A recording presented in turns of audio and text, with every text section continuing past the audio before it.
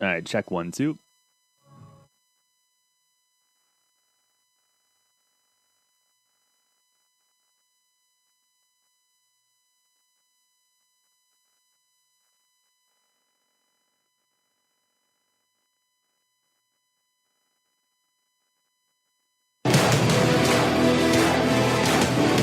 The York Revolution is on Sports Radio 98.9 FM and 1350 WOYK. Onto the track, it is gone! It's gone! Revs Baseball is brought to you by Wellspan Sports Medicine, People's Bank, Shipley Energy, Heritage Lawn and Landscape Care, Maple Donuts, Harvey's Rental, Flying Feet, Kochman Kunkel Insurance Group, Broadway Transmission, Dasher Investment Services, Smith Wealth Advisory Group, Royal Manchester Golf Links, Dutch Apple Dinner Theater, York County Bar Association, Lidl, CBD Supply MD York, Crunch Fitness, Columbia Gas, York County Solid Waste Authority, PSECU, and by the Pennsylvania Lottery. Deep left center, it is gone! Swing and a miss, he struck him out! Base hit!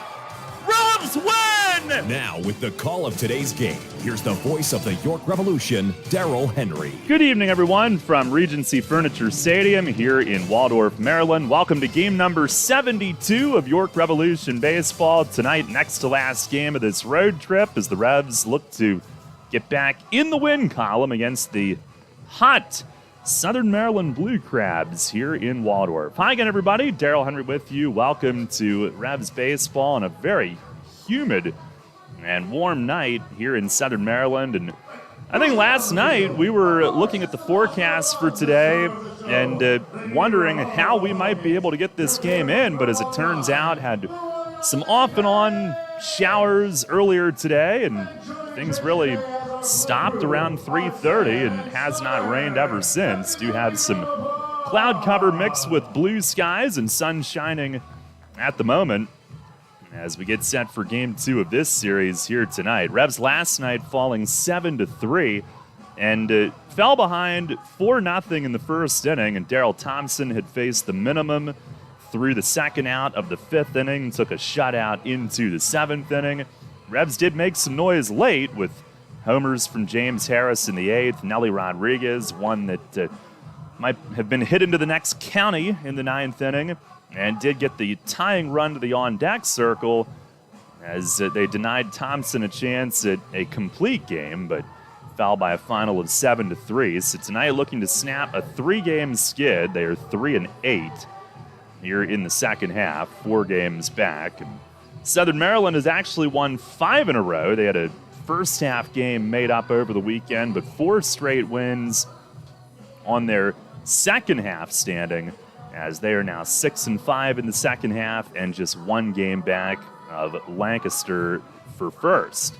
Tonight it's Duke Von Schaman making the start for the Revs, 4-5 with a 5.94 ERA. Former Rev Carl Bryce goes for Southern Maryland. He is 1-2 with a 7.54 ERA combined between Gastonia and Southern Maryland here this season. We take a look at what's on tap tonight, brought to you by Brewery Products and Yuengling, which is on tap at People's Bank Park. We've got Tyler Hill joining us in our next segment in the Players Spotlight, part 1 of a 2-part interview with Tyler Hill, who will be behind the plate catching Duke Von Schaman tonight. We'll hear from Mace coming up here shortly as well.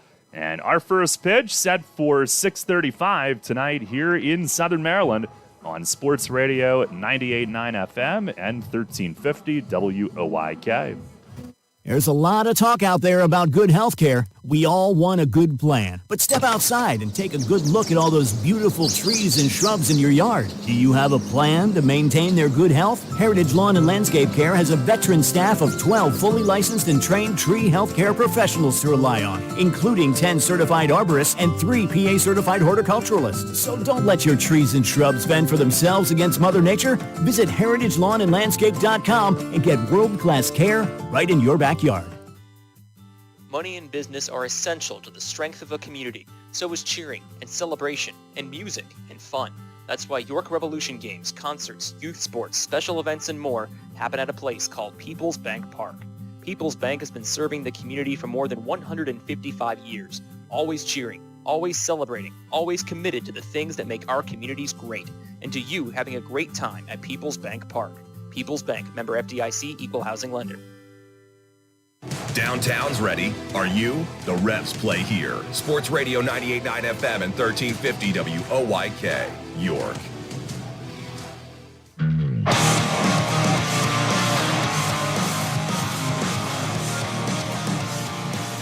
Welcome back. Pregame from Southern Maryland tonight. Revs catcher Tyler Hill finally on the program. Should we call this the gun show? Although you got the sleeves on today. I do have the sleeves on today. Took them. The sleeves came back on. I put the cutoff in the shelf for a little while. Probably bring it back out though. All right. Well, it is humid down here, and we've talked about this off air. I always wonder. I mean, you get to this point in the year, how does a catcher's body feel? Like you're playing, the days you're not playing, you're catching a bunch of bullpens down there. It's not as bad as what you'd think, and you just stretch out, you roll out, you stay loose. The knees do hurt after a while, but you just ignore the pain and the bruises on the legs. You just ignore those too and just keep on going. Energy level good? I'm always on one. I'm always super excited to be anywhere around a baseball field. So I'm great on energy.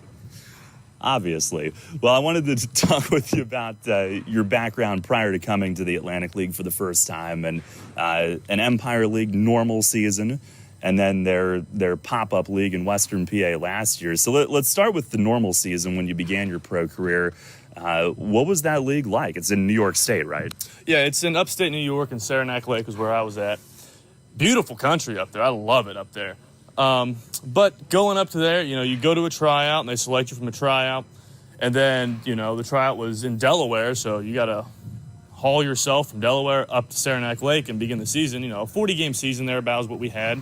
So it's not the 120 that we have in, the Atlantic League. So it's definitely been a big step up. And we've already played more games than I played, obviously in the Empire League than we have here. So it's great. I love it. I love the coming to the field every day kind of an aspect.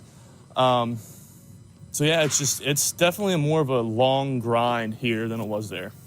And then last year, I was jealous of the guys that found a month of baseball somehow, and you were one of those guys. What was that atmosphere like in Washington, right? Right. So I was in the Yinzer Confederacy against the Washington Wild Things.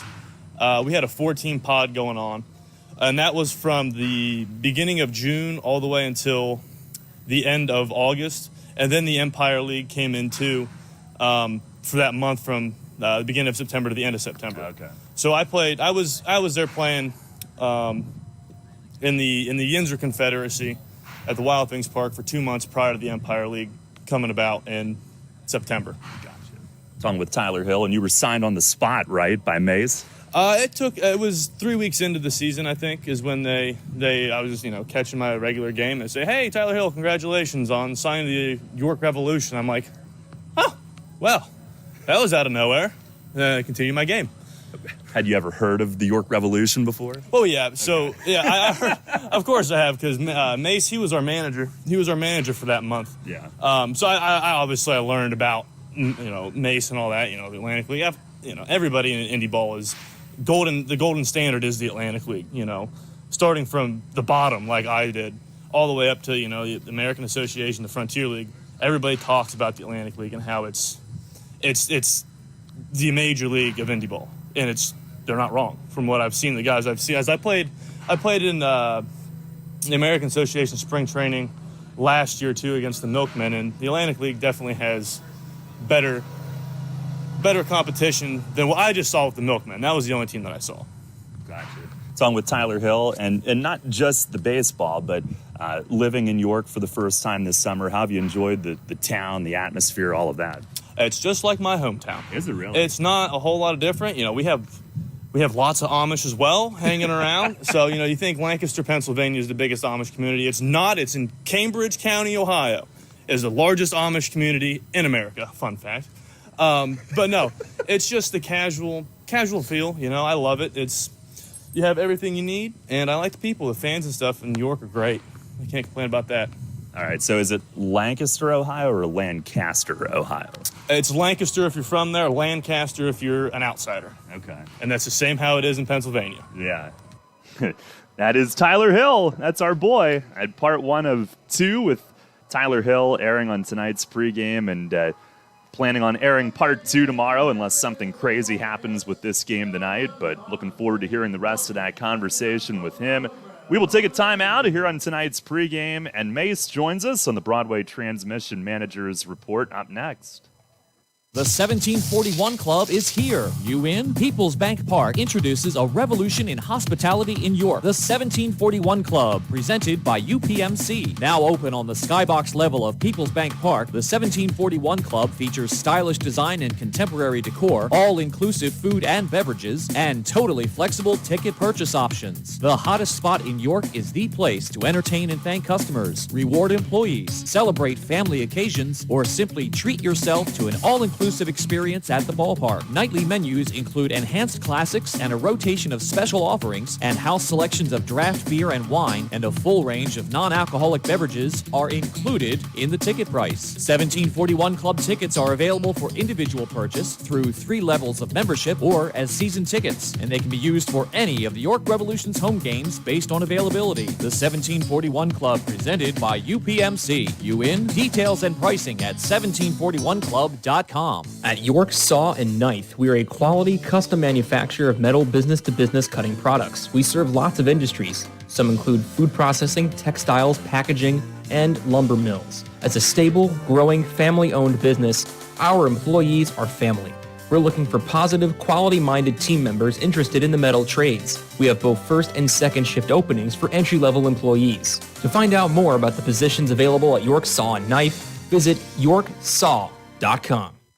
Catch the Revs all season on Sports Radio 98.9 FM and 1350 WOYK. First in York, first in sports.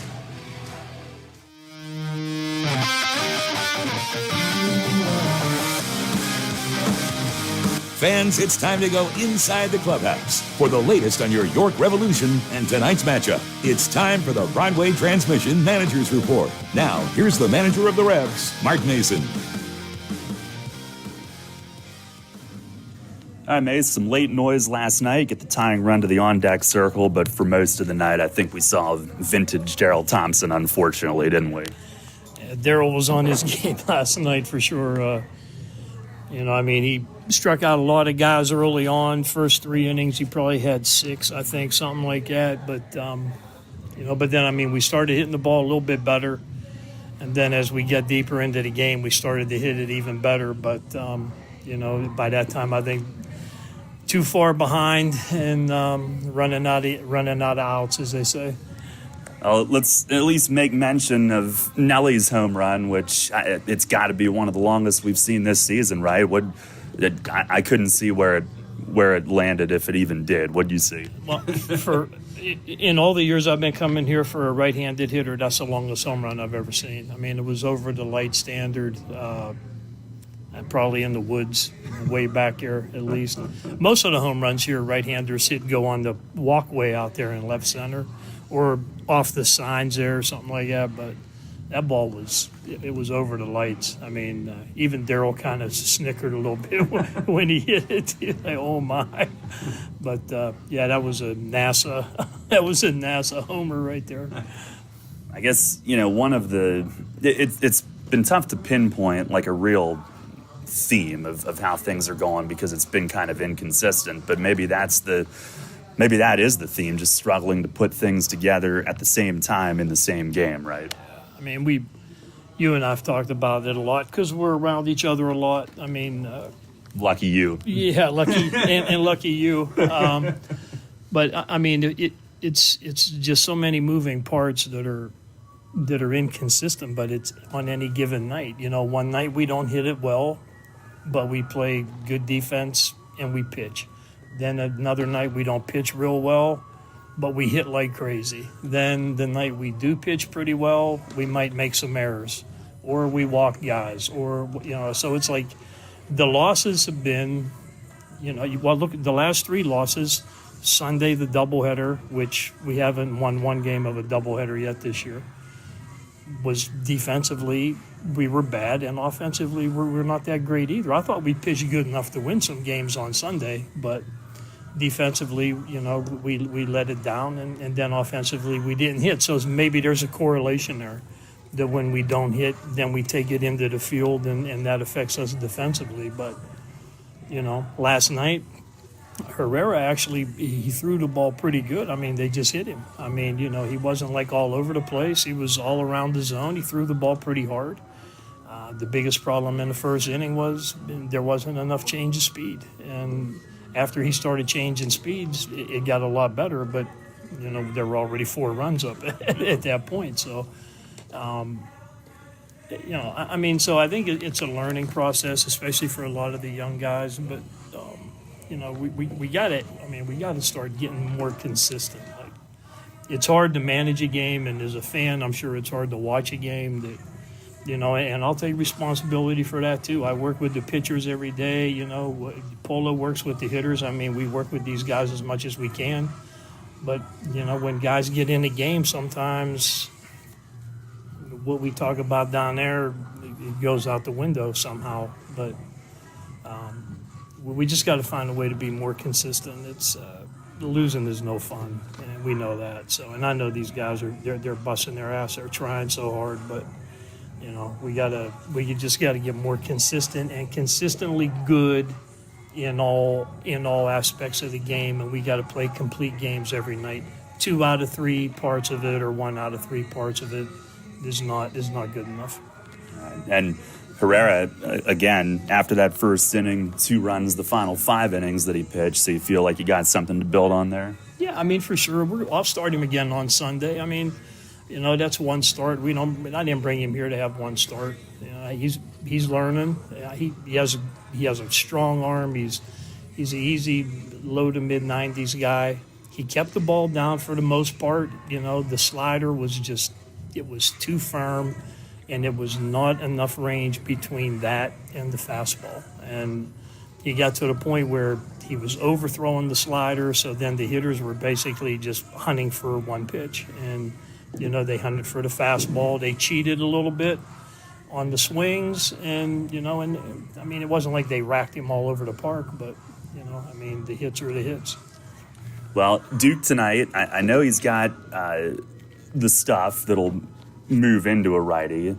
Do you like what he's able to do to stay away from righties and toward right field in this ballpark tonight? Yeah, the curveball, if his curveball's on, he should be fine. We're looking at the scoreboard here. They have a board like we do in left field, and both teams had 10 hits last night, but they got 7 runs and we had 3, and neither team made an error. So, they stacked their hits together. We didn't, but Duke, he's like any pitcher. I got to at least have 1 off-speed pitch that I can count on to get guys off my fastball. So we got to have at least 1 breaking ball or changeup or something that is we can command and mix it in there. And then if he gets deep enough into the game, then we go to a third pitch. And that's just the MO every night of a pitcher. Like Darryl last night was a prime example for young guys. He does not throw 95, not even close. But it's a fastball, it's a changeup, it's a breaking ball at any time. Sometimes he leads you off with a curveball, then a changeup, then 2 fastballs. Then when you're 2 strikes, you think you're going to get a curveball, and then he throw a fastball, and it's just hard enough to get you behind as a hitter. Because when you go up here, if you start guessing changeup, breaking ball, whatever. If he throws a fastball to you in those counts, it's hard to react to that. It looks like 95 if you're thinking a 78-mile-an-hour changeup. That ball jumps on you. So that's a lesson for young guys last night to think it's all about how hard I throw. Last night, you watch a guy that pitched. He pitched. He used all his pitches. He changed speeds constantly. He kept the hitters off balance. And we have a very good hitting team. We do. So... and that's twice he's done it to us down here. The last time was a 9-inning CG, and last night he was 1 out away from doing it again. So, it's a lesson to be learned, I think, for all guys. I think I got to throw 100 miles an hour every pitch. No, you don't, not to get guys out. All right, Mace. Thanks a lot. Good luck here tonight. Yep, thank you.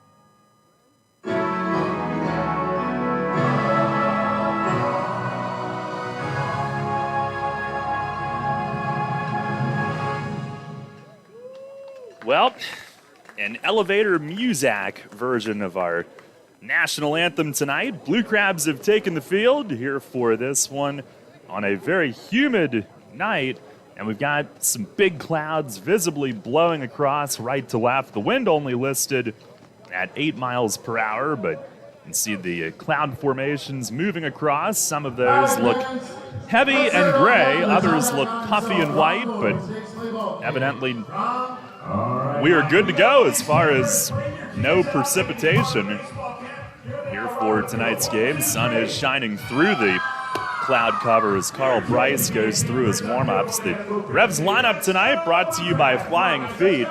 They will have James Harris in right field leading things off. Jack Kenley at second base hits second. Melky Mesa in left field will bat third. Cleanup man is Nelly Rodriguez playing at first. Wellington Dotel, the DH, hits fifth. Josue Herrera, third base, is batting sixth. Osmi Gregorio at shortstop will hit seventh. Tyler Hill does the catching and bats eighth. And Darian Sanford in center field will bat ninth. Again, Harris, Kenley, Mesa, Rodriguez, Dotel, Herrera, Gregorio, Hill, and Sanford for the Revs, facing former Rev righty Carl Bryce. And Duke Von Schaman making the start for York tonight. The Southern Maryland lineup that he'll face will have Kent Blackstone leading off and playing second. Ruby Silva in right field, bats second. Hitting third and playing center field is Zach Collier. Cleanup man is the DH, David Harris. Alex Crosby at first base is batting fifth. Josh McAdams at third base will hit sixth. Joe DeLuca does the catching again tonight. He'll hit seventh. Cesar Trejo, who we saw earlier this year with High Point, is in left field batting eighth. And Michael Baca at shortstop hits ninth. Again, Blackstone, Silva, Collier, Harris, Crosby, McAdams, DeLuca, Trejo, and Baca for the Blue Crabs, with Carl Bryce making his fifth Southern Maryland start. Overall this year, he's 1-2 with a 7.54 ERA, and all three of those decisions with Southern Maryland and almost the same ERA, 7.65, and 4 starts with the Crabs after 16 relief outings with Gastonia. His control's been a little bit better here. Gastonia, 17 innings, 21 walks. Here, 20 innings, 13 walks, so that has improved. And James Harris will dig in to get things started tonight. Bryce will go from the stretch at all times, and our Dasher Investment Services first pitch is outside. We are underway, 6:39 our start time tonight. Harris, who homered last night, his second on this road trip. The 1-0, and that misses high. He's hitting .305, fourth home run. Hit a liner to left in the 8th inning last night. Mariners play top 10 in the league in on base again. The 2-0.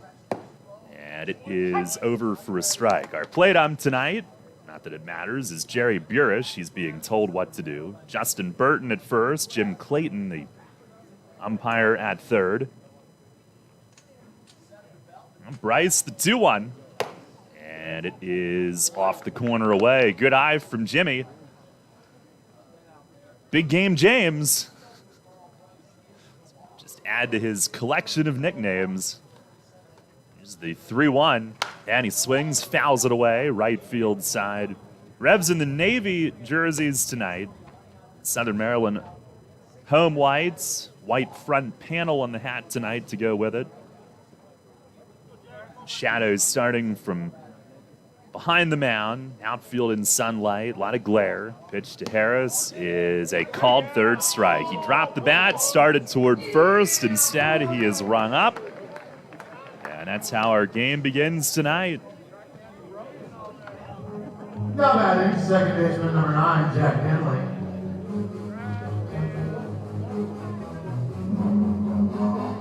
Well, Bryce comes back to get him. And here is Jack Kenley. Kenley hitting .329, 6 home runs. He's 4th in the league in on base. Just over .450 as Bryce misses outside. Bryce with the old school stirrups pulled up, the striped ones. I think that would be more like the 80s, maybe the 70s, as Bryce fires. It looked very good, but missed. 2-0, maybe a little high.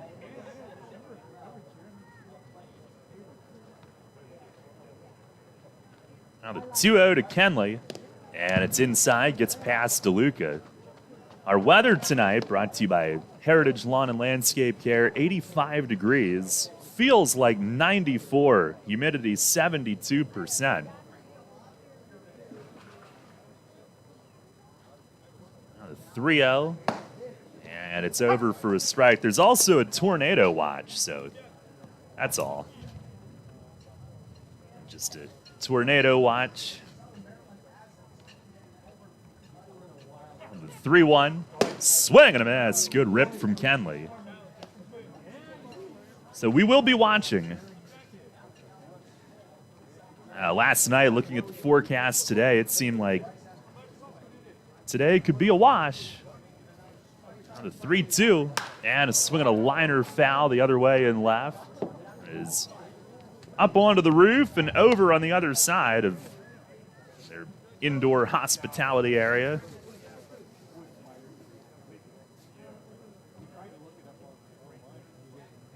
3-2 it stays. Bryce kicks and delivers, and it is down low. Bounced off the mid of DeLuca, and Kenley is on a walk. So Bryce has gone to a full count on each of the first 2 hitters tonight. Striking out 1, walking 1, and Kenley, his 40th walk this year. That has him in the top 10 in the league in walks, and like we mentioned, 4th in on base entering play tonight.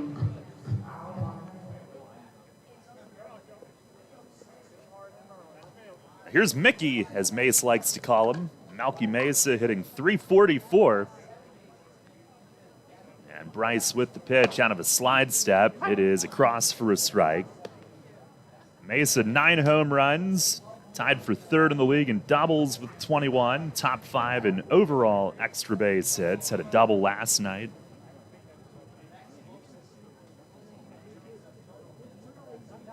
Oh, time was called. Bryce threw it anyway. He was in the stretch for quite a bit, just holding it.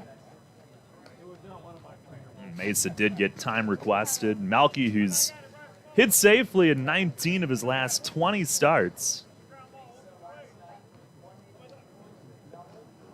It's pretty good. Last 19 road games, hitting over .470. Been a beast on the road.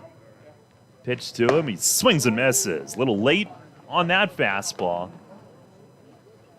He was Bryce's teammate late in the 2018 season. That's when Carl was with York.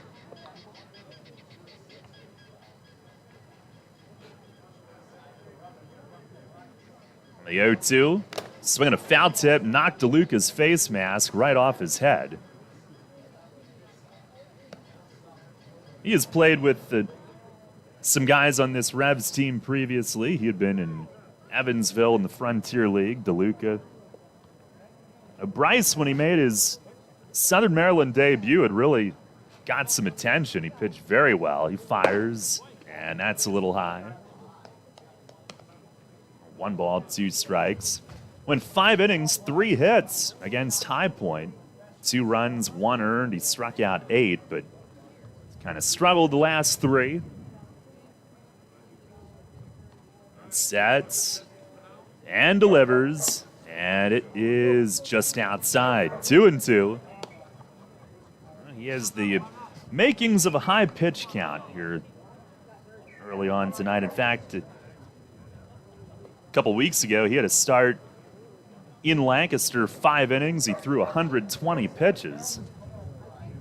Now deals, and a swing and a foul tip back. Glanced off DeLuca's mitt and back to the screen. Mesa hanging in there. Bryce has given up 8, 5, and 5 runs the last 3 starts since that Southern Maryland debut. 6, 5, and 5 in the earned run department. Move to first. Kenley dives back. In fact, the last 3 starts, 0-2 with an ERA of 9.60 since that really solid Blue Crab debut. Now home with it, and it's down and away. Mesa works it to 3-2. Full count on each of the first 3 hitters tonight. And Bryce at 20 pitches to the first 3 batters. He's got 1 on with 1 out. Sets. And the 3-2 to Mesa. He foul tips it back to the net, and on we go some more. Here in this hot night, well, they can go to their bullpen whenever they need to, since Thompson got him into the 9th last night. Got them 26 outs.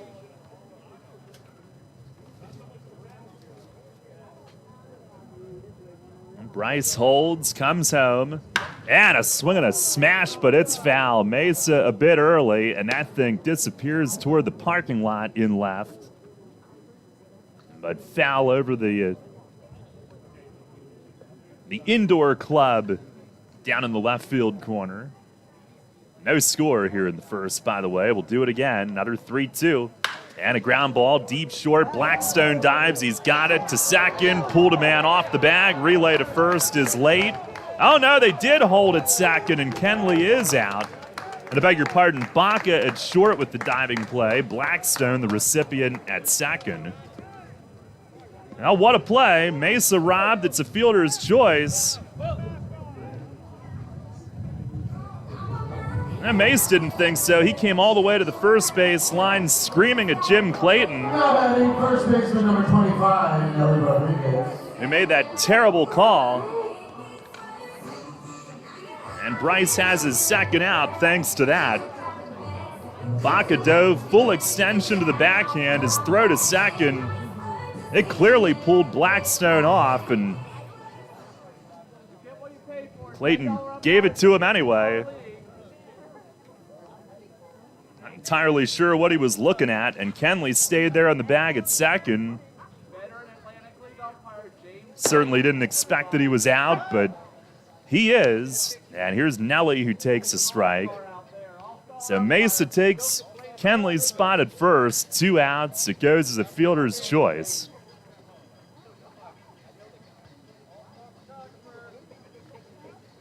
The 0-1 to Nelly, and it is a called strike, outside corner. Nelly, who homered last night, his third in the last 4 games. Last 11 games, he's hit 6 home runs and has driven in 16. 11th home run of the year. He's hitting .391. Here's the 0-2, and a slider a little bit high. And for the season now, almost an RBI per game, 42 in 43. Hitting streak also extended to 8. Pitch.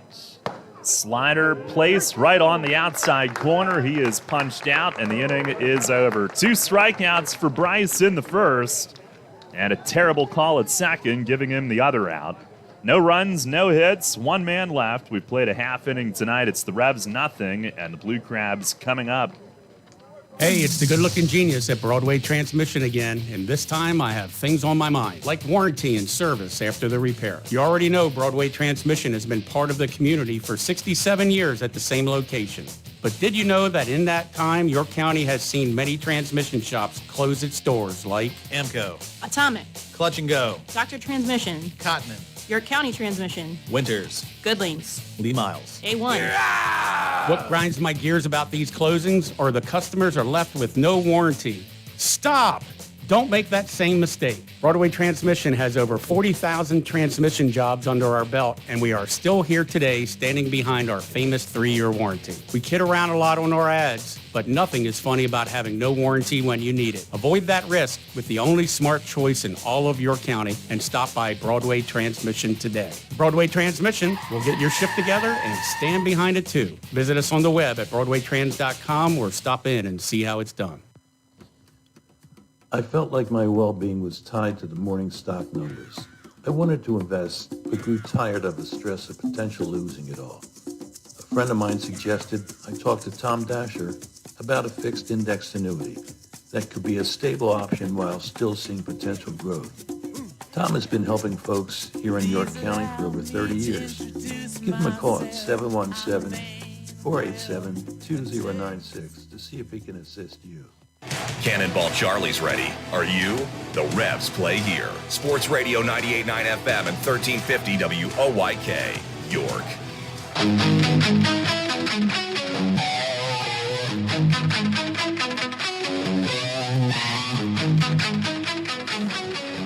No score. Duke Von Schaman ready to go to work. His 15th start. As we go to the bottom of the first inning, he's 4-5, 5.94 ERA. Second in the league in innings with 83 and a third. Just 28 walks, has struck out 37. Opponents hitting just over 300. 0-1 against Southern Maryland, but had great success against them, including in this stadium back in 2019. And Kent Blackstone to lead off. Duke winds above the head. First pitch is over for a strike. He went back to the entire full windup in his last start. Here's the 0-1. And it misses down low on Blackstone, who did not hold the bag in the top of the first inning, but Jim Clayton said he did. Hitting .236. 8 home runs. Pitch is a half swing. He went around on it. Have to ask Clayton down at third on that one. It was pretty obvious, but Duke is ahead. And Von Schaman, he had started to sort of inch his way back into a little bit of a windup, just a little bit of a rhythm to start. Now he's all the way back, full over the head, and a swing and a foul tip back to the net. We'll do it again. And the reason that he had to get away from it for a bit, he was struggling to hold his balance point, gathering, and he would drift, and that impacted his command early in the year, but he's gotten it back. Now the overhead wind, he fires, and a swing and a miss, or did he foul tip it? We need a call here as Hill blocks it over to the right. Well, that's all well and good that it was a foul tip, but you got to call it. Everybody on both sides hollering. Nobody had a clue. 1-2 it stays. Glad to see that the umpiring crew is into this one tonight. Pitch from Duke is lined to right field. It's down for a base hit. And Blackstone leads things off with a single to right. Now one pitch after Duke was like a lace of the baseball away from striking him out. Hill didn't argue on the foul tip. He let the Revs dugout know that it was foul, but the problem is he could hear Jerry Burish call foul, but we need some hand signals. For those that cannot hear it, here is Ruby Silva now. Had a big night last night. First pitch, he shows bunt, and it's outside. He was 3 for 4. Double, home run, went the other way all night. Overall hitting .321, 12 home runs, and since coming back to Southern Maryland, .384. As Duke throws over, Blackstone dives back. Silva hit .260, .384 now in 31 games with Southern Maryland, .429 here at Regency Furniture. And a throw over, Blackstone diving in again. He's got 7 steals, thrown out 3 times. Silva, who's now up to 3rd in the league in total hits with 84. Duke with the pitch. It is a called strike, off speed away, and seems to usually be the way to get Silva, but he had some fastballs to hit last night and drove him to left.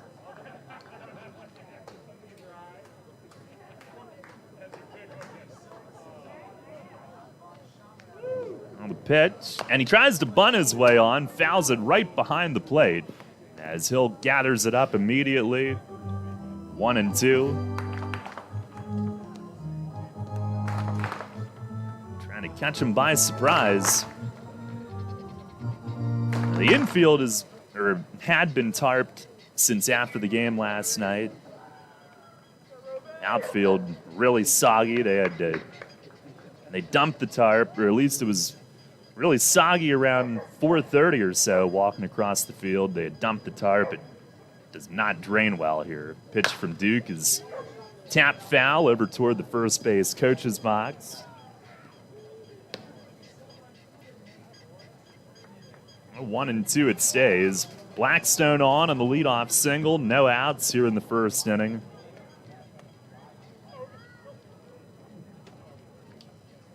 Duke won his last start, 7-5 at home against Lancaster Thursday.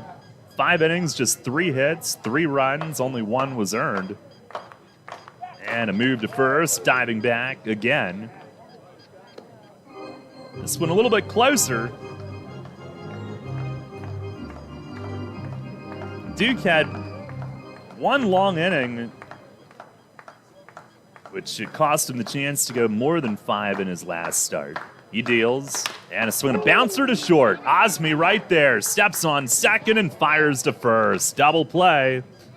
6-3 on the Twin killing. The Revs' 74th double play turn this year. They are right near the top of the league in that department.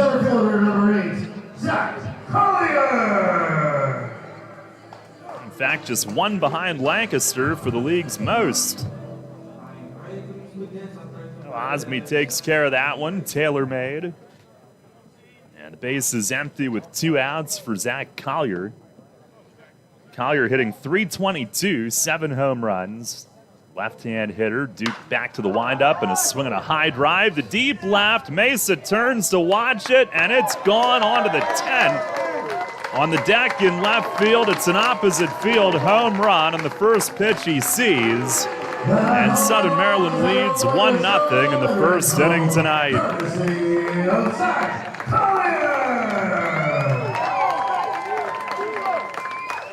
8th home run this year for him. And it was outer half and up. And to a left-hand hitter in this place, that is the recipe for an opposite field shot. A 1-0 Southern Maryland lead.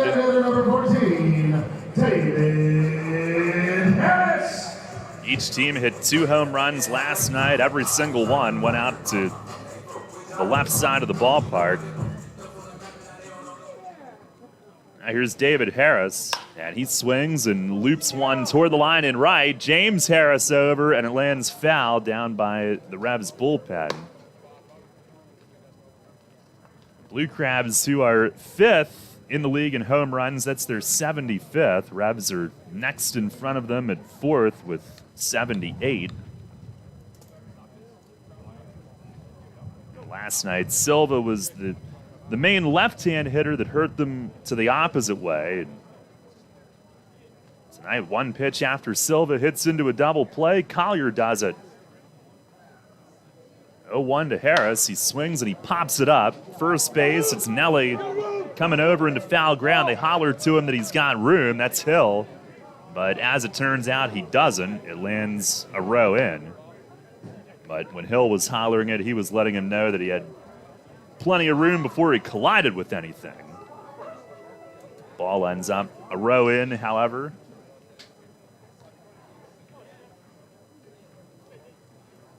David Harris, a .267 hitter, 10 home runs for Southern Maryland.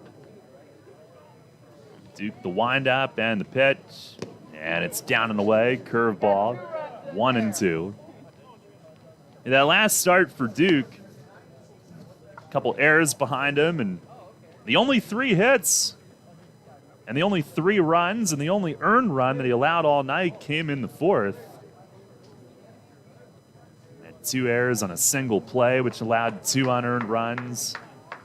Outside of the 4th, only 3 other batters reached. He deals, and is swinging a tap softly toward third. Herrera charges, bare hand throw.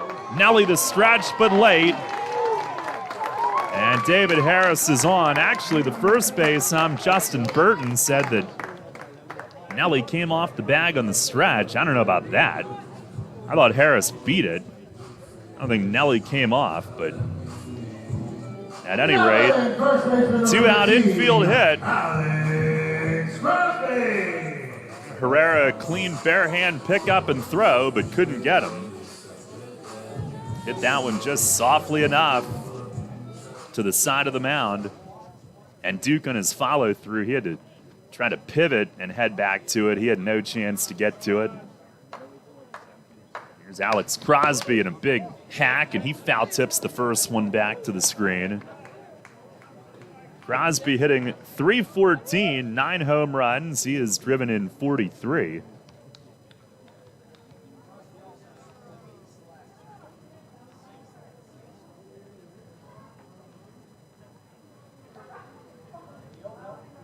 Duke with the pitch, and a swing and a foul back. Looked like a change up that time. Duke had been giving up a lot of hits. His previous 3 starts, 10 or more in all 3. And then Thursday got back in gear with just 3 hits in 5 innings. Left leading 5-3. Revs won at 7-5. Pitch. It is in the dirt. Hill a clean pick. 1-2 now.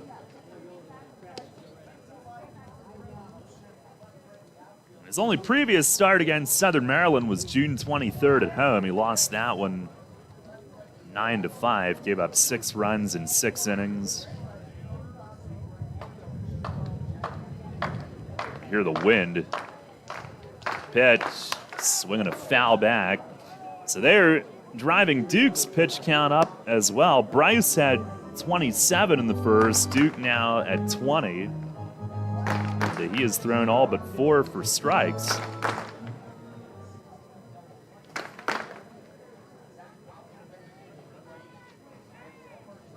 Fires again, and a swing and a foul tip squeeze. Changeup strikes him out to end the inning as Crosby is down on the swing, but Blue Crabs strike first tonight. Solo homer from Zach Collier. 1 run, 3 hits. 1 runner left. And at the end of an inning tonight, it's Southern Maryland 1, York nothing.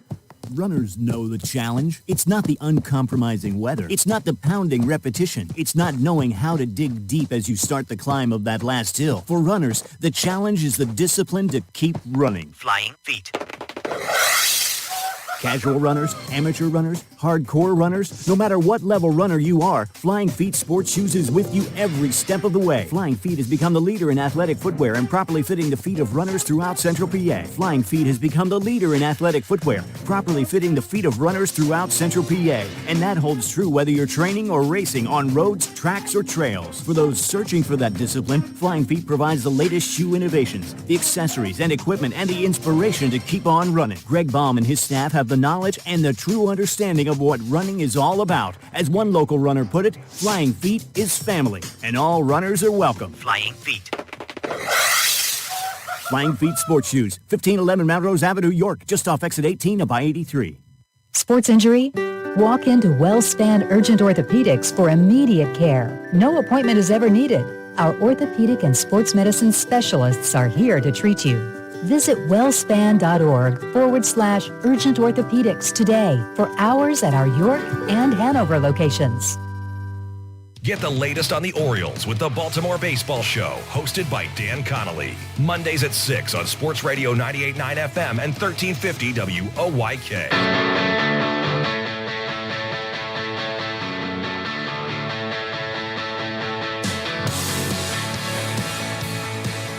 1-0 Southern Maryland at the end of an inning tonight.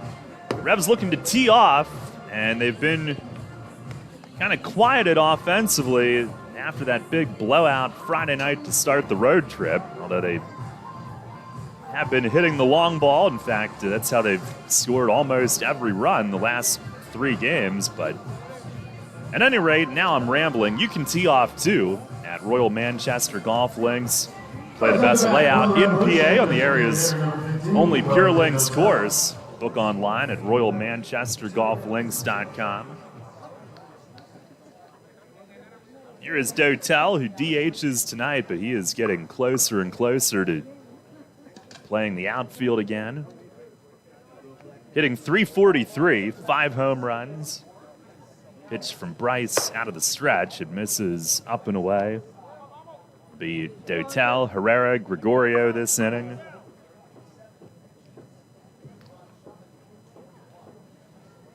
The 1-0, swing and a miss. He chased a high one. Tell you what, any ball that gets hit tonight is probably going to feel like a golf ball leaving the bat after the baseballs that they had to hit in the batting cage today. Extremely heavy. Pitch from Bryce is tapped foul. Dotel reaching on a curve and tops it over toward the Blue Crab dugout. And I guess they must get waterlogged in the cage underneath. There are some openings where rain comes through. 1-2, and a swing and a miss. He went down and away, and Bryce strikes out another former Revs teammate. Dotel with him late in 2018. 3rd strikeout. Number 7, Josue Herrera. 1 down for Josue Herrera. Herrera had 2 hits last night. He blasted a double to right center that they were saying he really crushed, but it just didn't carry to right last night. On top of it being a very deep right field here as he takes it inside. Hitting .264, 3 home runs. He's knocked in 19. 1-0, swing and a miss. He goes after a high one. Revs are starting to get a little aggressive against Bryce here this inning. Bryce, 6'4", righty, 27 years old now. 6th-year pro. 1-1, swinging a high pop fly. Shallow right center. It's Silva from right, sprinting in. And he calls, and he almost collides with Collier, but he makes the play. Silva came in, and that thing was way up. And he took a sidestep over towards center right at the end, and almost banged into Collier, who was right there. Had to do a little jump in front of him as he caught it to avoid getting their feet entangled.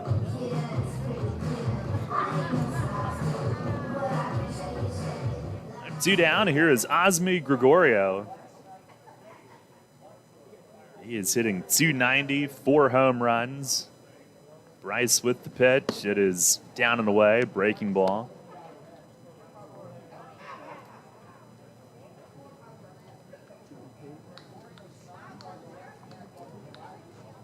A 1-0. Fastball, it's a strike. Bryce was actually released by Gastonia July 19th. Southern Maryland signed him 4 days later. Now deals, and a swing and a miss. High slider.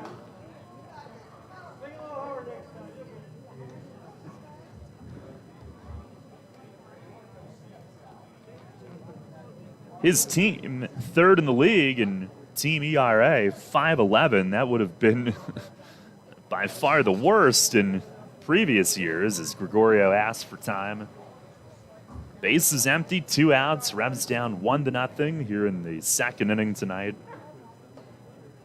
And the pitch, it is outside. 2-2.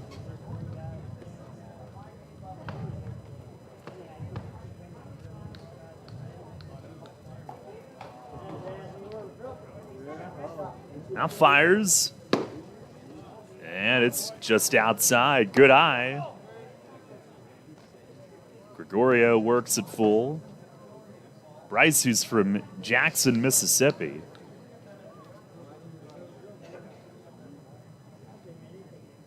Now delivers. And a swing and a foul back. Went to Holmes Community College in Mississippi. And began his pro career in the Pecos League. Then 2017 was in the United Shore League.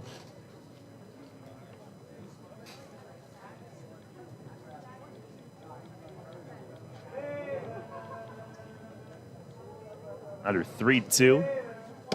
And it is down and away, and Gregorio is on the walk. So a 2-out base runner. It's the second walk. Revs still don't have a hit. Tyler Hill coming up. Now batting, catcher number 23, Tyler Hill.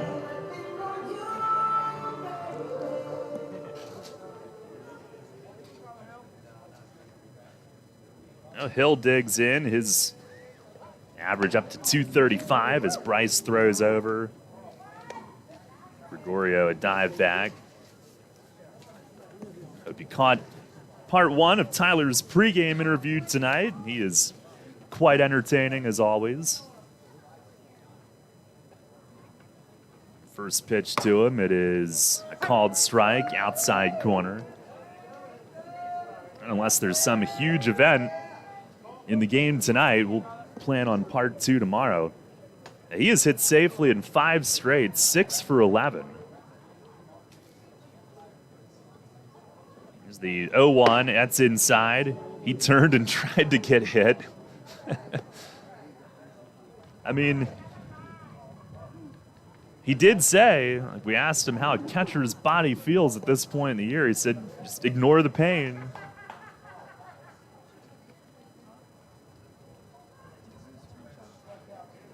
Move to first. Oh, Bryce throws it into the ground and into the Revs bullpen, and Gregorio up to second.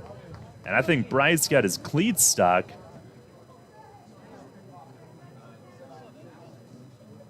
He went to turn and throw over and dumped it in the dirt, and I think his footwork was off on that turn. He goes to the spike cleaner. So that puts Gregorio at second. Hill will try to take advantage.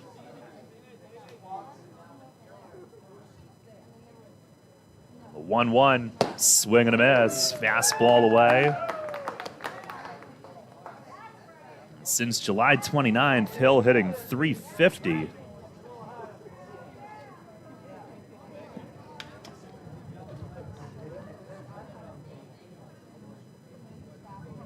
Trying to give the Revs an early answer.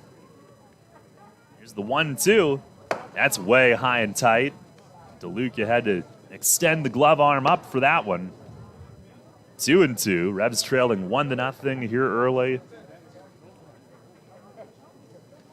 Understand there's some tornado warnings back home tonight, so be safe. Bryce the pitch. Fastball. It's a called third strike. Hill started to back out, assuming ball 3. And Trackman rings him up. 4th strikeout for Bryce through 2 innings. No runs, no hits, an error, and 1 left. We go to the bottom half of the 2nd inning, still 1-0 Southern Maryland.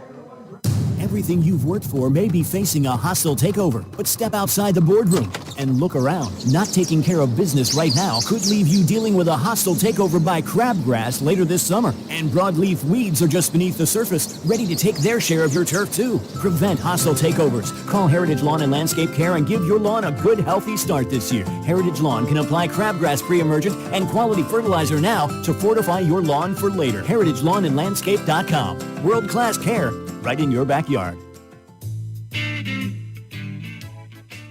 Hi, this is Vicki from Brewery Products. Stay tuned to catch the latest episode of Beer Talk airing throughout the day here on WOYK. Each day will feature one of our great brewers and share fascinating stories behind their products. Hear how they got started, how they brew, and their own favorite selections. You might even find a new favorite for yourself. Beer Talk is presented by Brewery Products every day right here on WOYK. Tee off this season on the best layout in Pennsylvania and experience Royal Manchester Golf Links, bringing you to the coast of the British Isles while never leaving your backyard. Our unique Pure Links layout in the rolling hills of York County gives golfers an experience like none other, featuring 18 pristine holes with picturesque views of the countryside and consistently ranked one of the top public courses in the state. Also offering outings and event bookings. Book your tee time today at 717-268-0490 or nab our online specials at RoyalManchesterGolfLinks.com. Your source for all of Friday night's action. Central PA Game Day with Steve Navaroli. Saturday mornings at 9 on Sports Radio 98.9 FM and 1350 WOYK.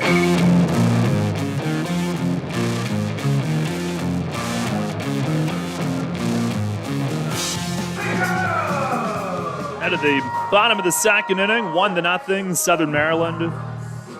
Josh McAdams will lead things off. McAdams, who's hitting .271, drove in a couple last night. Has 14 home runs, which is tied for 6th in the league. Duke the overhead wind, first pitch. He shows bunt, breaking ball. It's a little bit low. And McAdams now up to 50 runs driven in. Against York, he's knocked in 12 in 10 games.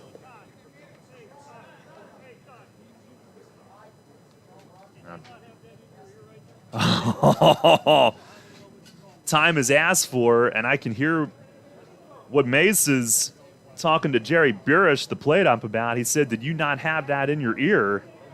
Then how can you know what the call was on that pitch? That's a fantastic question. And we saw Terrence Jones with the same thing in Gastonia on Sunday. Like, do these guys even know that the game has started?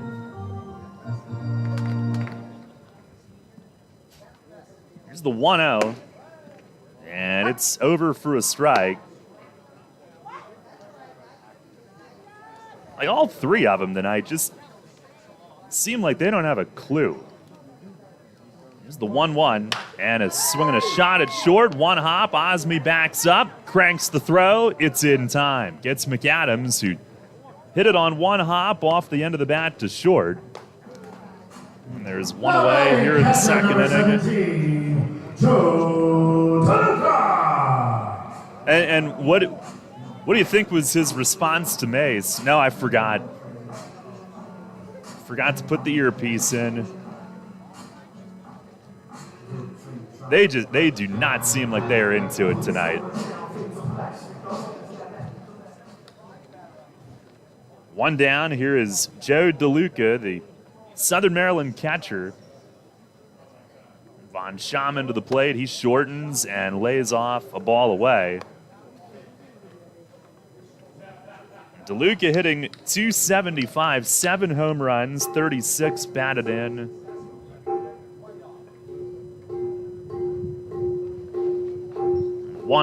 Swings and blasts one deep down the line in right field. Harris toward the corner, gives it a look, but it is foul. Home run distance, but foul.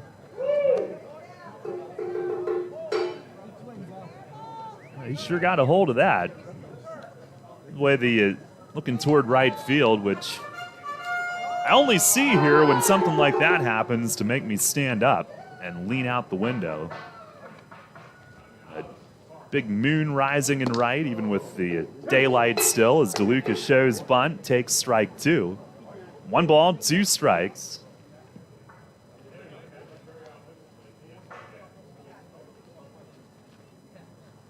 Duke waiting on him to dig back in. Now winds and fires. And a changeup dumped in the dirt. 2-2.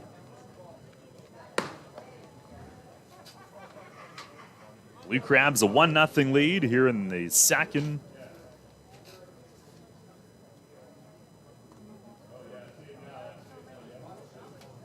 DeLuca actually switch hitting catcher. The pitch to him. He swings and grounds a foul. First base side.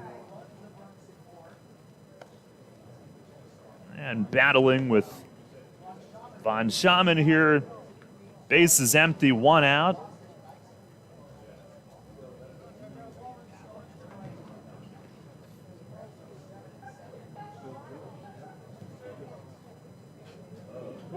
On the wind and the 2-2 again, and a swing, a line drive to right field. That's a base hit. And DeLuca with a single to right. Good at bat from him. That's their 4th hit. Left fielder number 24, Cesar Trejo. We often talk about pitching to one side of the park here, or setting up to do so anyway. A left-hand hitter trying to pound him in, force him to hit it to right, the big side of the park, much bigger. But got to get it in far enough. And eventually, DeLuca had one he could handle. Here's Cesar Trejo, and a curveball in the dirt. Hill blocks it to the right, throws to second a little bit high, and it's off the tip of Kenley's glove, trying to catch and yank the tag down. As it popped right out behind the bag, and DeLuca moves up on what'll be a wild pitch.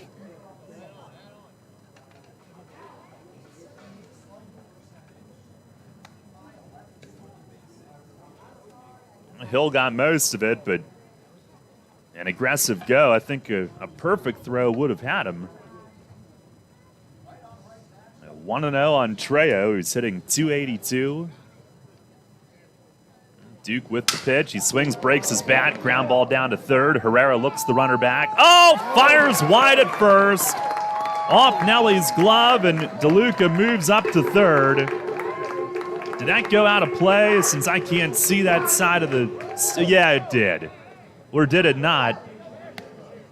Third base, I'm Jim Clayton telling DeLuca, you got to stay at third. Now Stan's coming out to argue that it did go out of play and that his runner should score. These umpires have absolutely no clue what's going on. And Clayton's going to have to meet with the plate ump to confirm they do give him home plate, and it's 2-0.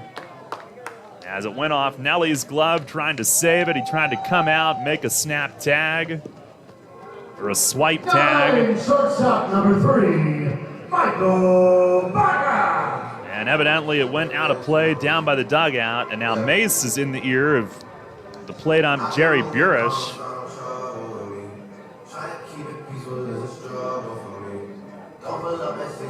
I wonder, his argument might be that why wasn't the first base umpire involved on determining whether the ball went out of play or not? Why is home and third deciding this? If I had to guess, it's either that or he's contesting whether it actually was out of play by the ground rules or not.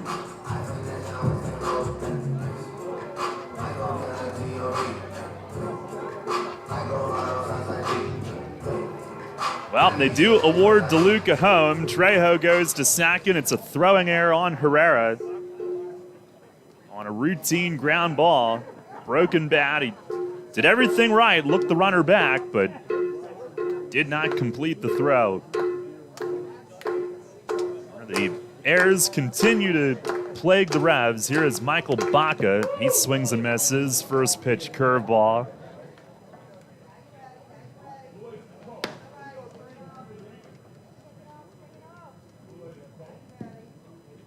And a runner at second, still one out.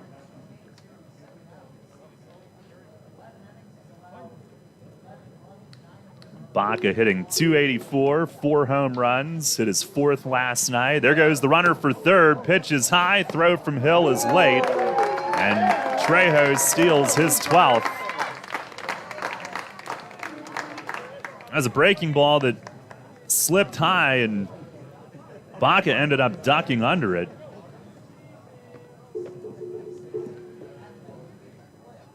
Hill got off a pretty good throw to third, but late.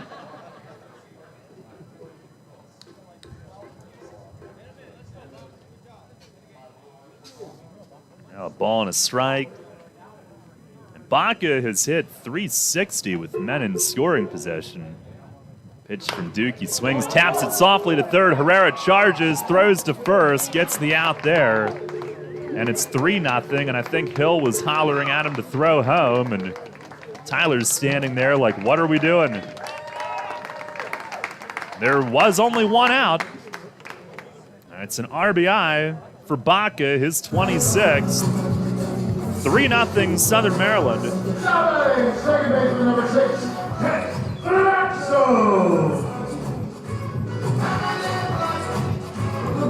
Well, it was hit softly, so you know, it's not a force play. Here's Blackstone. He tries to bunt his way on, fouls it over toward Silva, who's on deck. But if you mess that play up at home, you get no outs. So, but the thing is, even though it was softly hit, Herrera's momentum taking him right to home. So you'd think that play would be right in front of you. Fastball, it is inside, 1-1. I think it would have been close, but looking at Tyler's reaction, I'm pretty sure he was hollering to throw home. 1-1, that is outside. Blackstone singled to right, his first time up.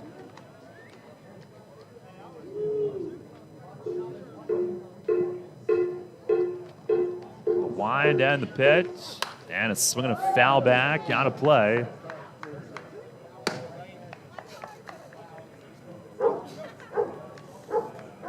Duke had 21 pitches in the first inning. He's at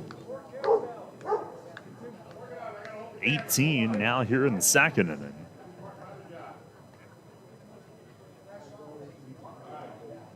Wind the pitch, and a swing and a bouncer softly to first. Nelly circles it, little fumble, but recovers and flips to Duke covering to end the inning. That will retire the side, but 2 more runs score. 1 hit, 1 error, nobody left. 3-0 Blue Crabs as we head to the third. Spring is in the air, and Harvey's Rental can get you prepared for what's ahead. With the biggest selection of steel products on the market, Harvey's Rental will get you set for your next home project. From lawn and garden equipment, pressure washers, post hole diggers, and more, Harvey's Rental has it all. Have a special get-together or graduation coming up? Harvey's Rental has what you need to make your party memorable. Visit them in person at 1409 South George Street in York or online at harveysrental.com. At Donegal, we understand there are many costs associated with running a business. That's why Donegal works with you to provide quality insurance products based on your business needs, and why we deliver that insurance at a price to fit your budget. Call your local independent Donegal agent today and discover why, when it comes to insurance for your business, Donegal is a better value. Contact Kochman Kunkel Insurance at 717-854-0300 or stop in at 3217 East Market Street, York. Locally owned and operated by Pam and Rudy Kochman. Kochman Kunkel Insurance. WellSpan Health delivers orthopedic care you can count on. From common bone and joint problems to complex injuries, our team of surgeons, physicians, therapists, and athletic trainers work together for you. We are here for professional athletes, athletes in training, and the weekend warrior. We're the official sports medicine provider for the York Revolution, the York Suburban Trojans, and your weekend tennis team. That's how WellSpan Health delivers orthopedic care you can count on. Listen live, on demand, and on the go. Download the new WOYK app on the Apple and Google Play stores today. Head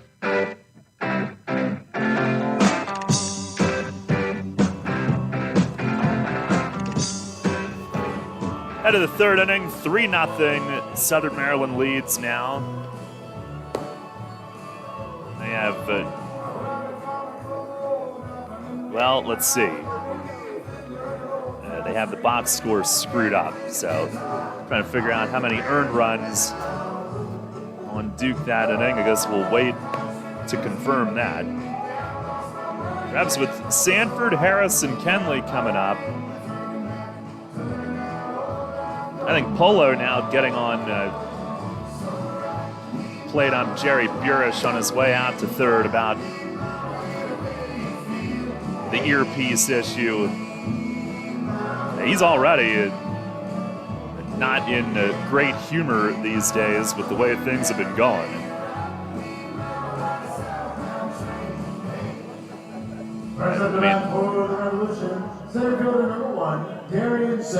There is no excuse for those guys not to be on top of that.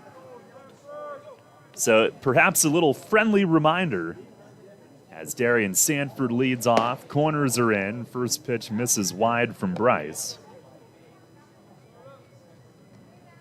Top of the order with Harris and Kenley coming around next. Darian, another bunt hit last night. 1-0. That is inside. He shifts the feet back and takes. So he has bunted for a hit in 3 consecutive starts. 2-0. And there's a fastball strike.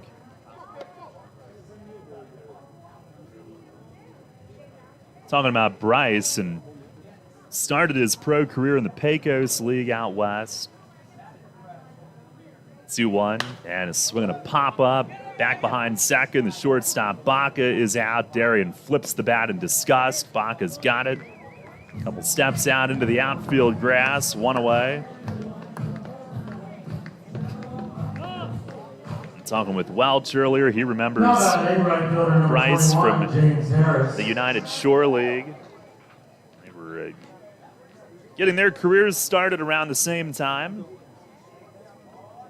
And Bryce with York in 2018, 8 appearances, 5 of those were starts. It was 0-1, ERA just over 6. Here is James Harris, who looks at one outside. He's called out on strikes his first time up.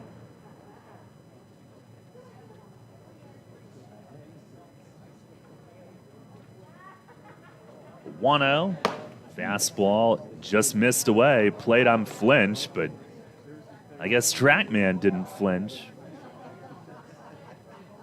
Bryce went back to the West Coast with the Pacific Association in 2019. He fires. And that's outside for ball 3.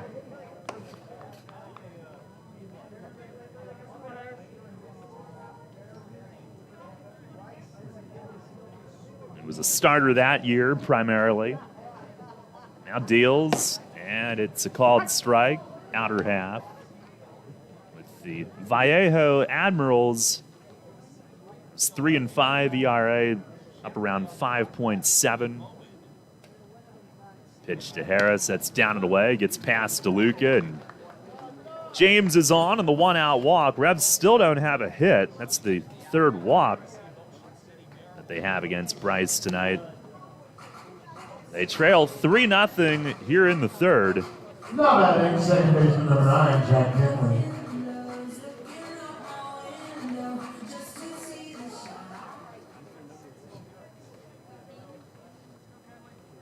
Here's Jack Kenley, who walked in the first.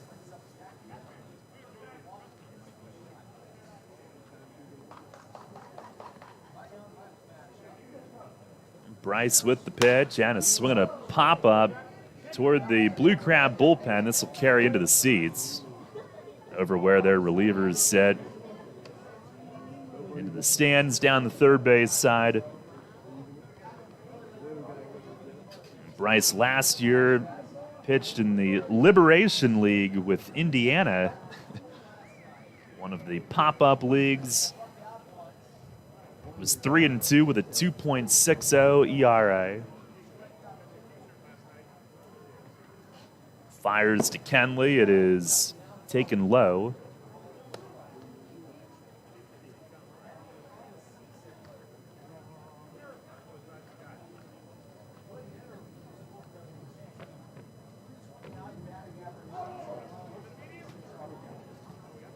A 1-1.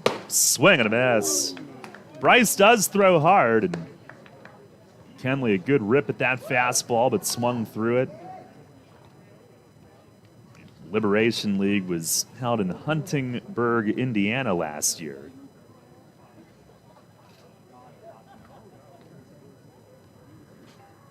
A 1-2, and a swing and a foul back. Revs down 3-0 here in the third. The sun is set behind the stadium. Lights starting to take the effect here.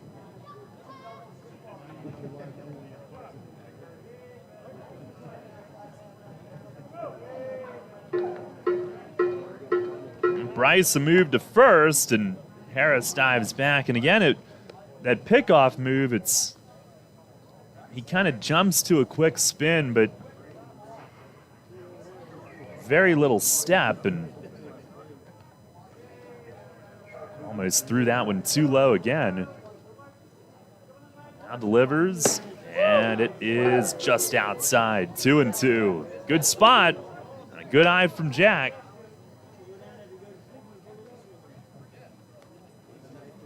Bryce last inning had a throwing error and a pickoff try.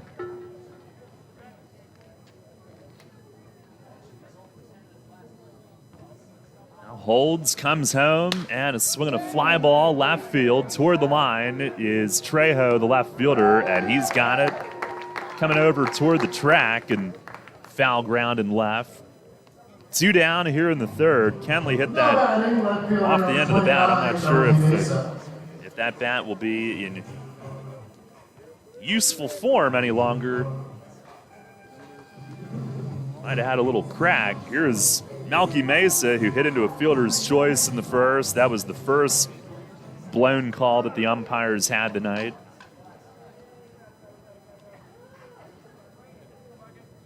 They said that Blackstone didn't come off second. First pitch is way up high from Bryce. It was the first of several.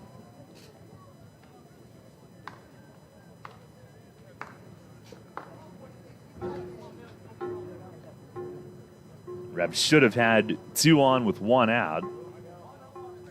1-0.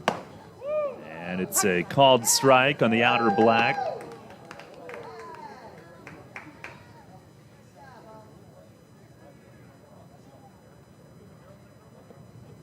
And Bryce, when he was with York, made 5 starts, did struggle with high pitch counts, base runners, he deals.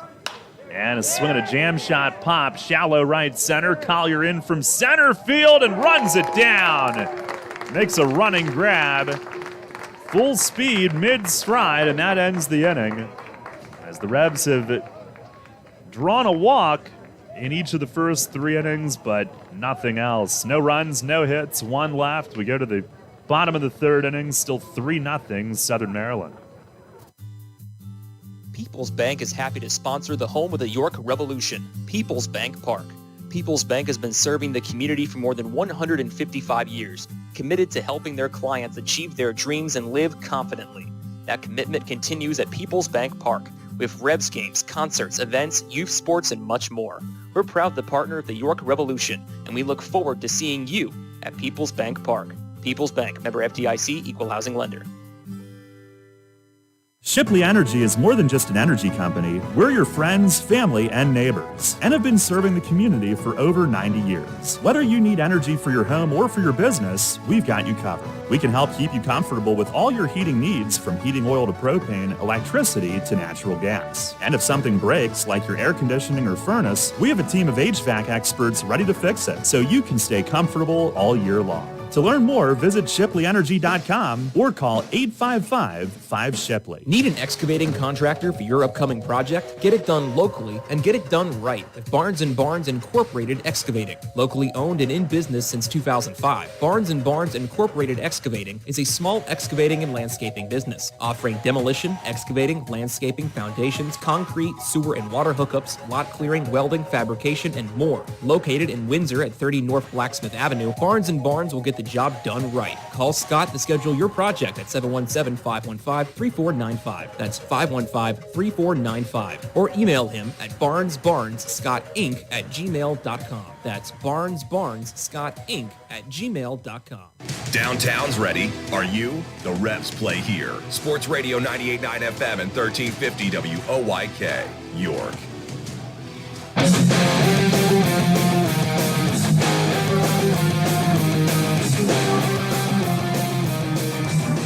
Revs trail 3-0. We head to the home half of the third inning tonight. And I think only one earned run for Duke so far. They're still fixing the box. As first pitch to Silva is outside, breaking ball. Silva hit into a double play his first time. The 1-0. And it just missed away once again. The plate on flinched like he would have called it.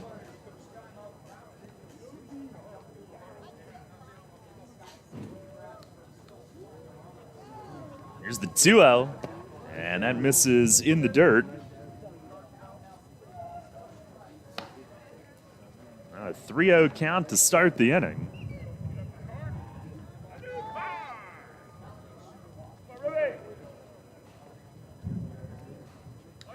Duke, the overhead wind, he fires, and a swing on 3-0 to lead off the inning, and Silva fouls it back. Interesting. Wonder how Stan felt about that.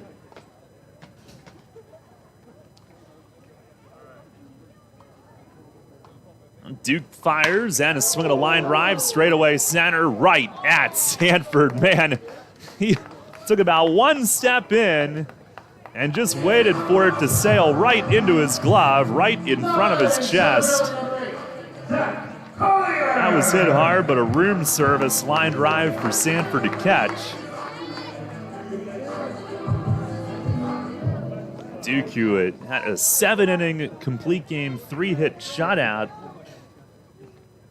against Southern Maryland back in 2019. Had some really good starts against them that year as he starts off Collier with a curveball strike.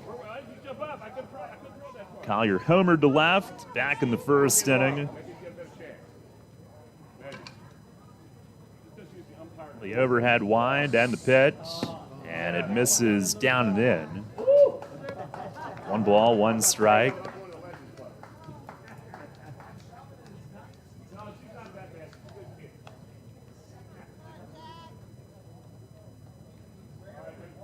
He winds, fires, and a swing and a miss. Change up. Jumps ahead 1-2. Well, if you're watching on YouTube, apparently that's the only place you're getting us right now, thanks to the storms in York. Pitch from Duke, a ground ball toward first, and just fouled. Nelly lunging past the bag, but just wide of the chalk and foul. Now that's wonderful. See what we can do about getting reconnected on radio. It's a problem at the ballpark. Either power out or internet out. Duke deals, and a swing and a foul off to the third base side. And if you are watching on YouTube, I apologize for the video lagging and buffering. We have suboptimal internet here at Regency Furniture Stadium. Probably Comcast. Duke winds and fires, and that's down and in. Hill lays out, makes the pick.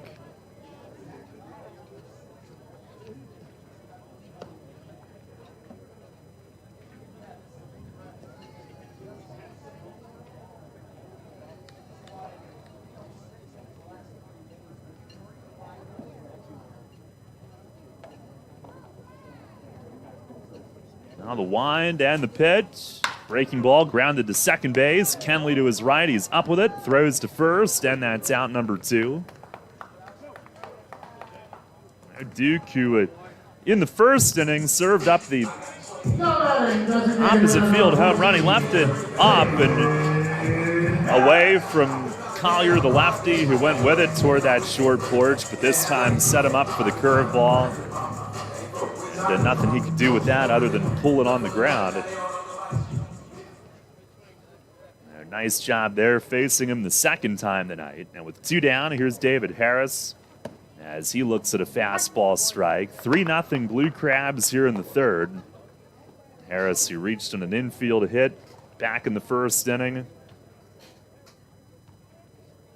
On the 0-1, Duke's hat fell off on the windup, and he continued and missed down low with it.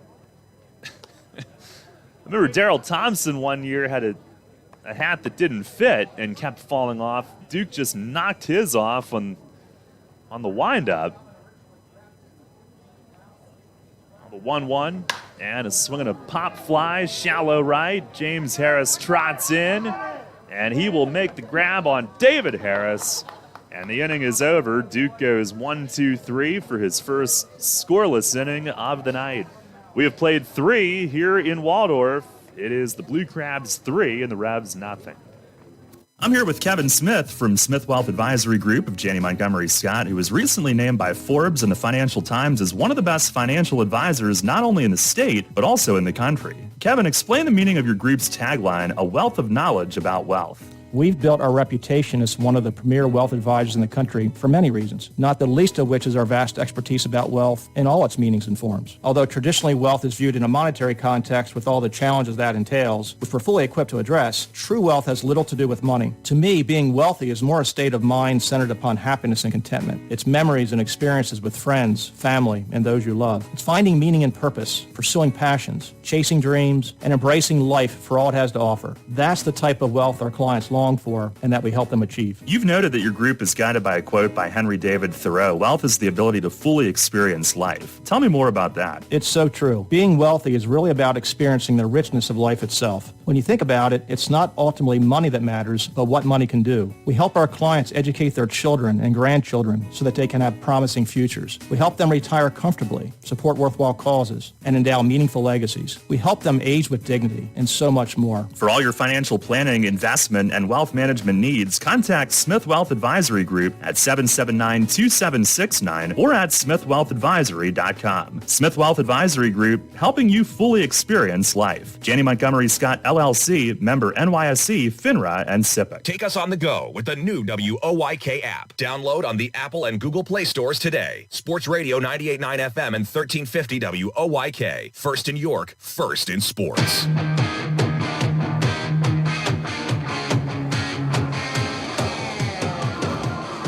Head of the fourth tonight, 3-0. Southern Maryland still on top.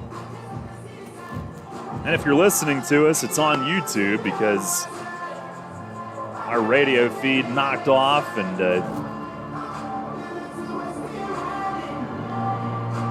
I understand that the area at People's Bank Park, like I guess it's George Street, is basically flooded right now, so be safe back in York. First up tonight for the Revolution, first baseman number 25, Nelly Rodriguez. We'll continue here on YouTube for the time being, as Nelly Rodriguez will lead things off. Nelly struck out looking his first time tonight.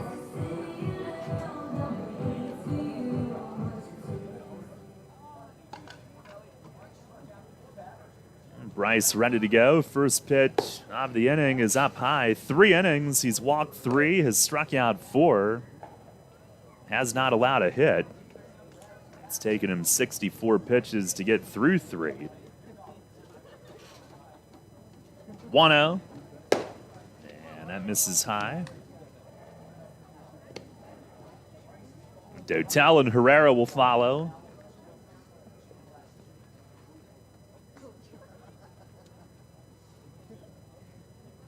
Here's the 2-0.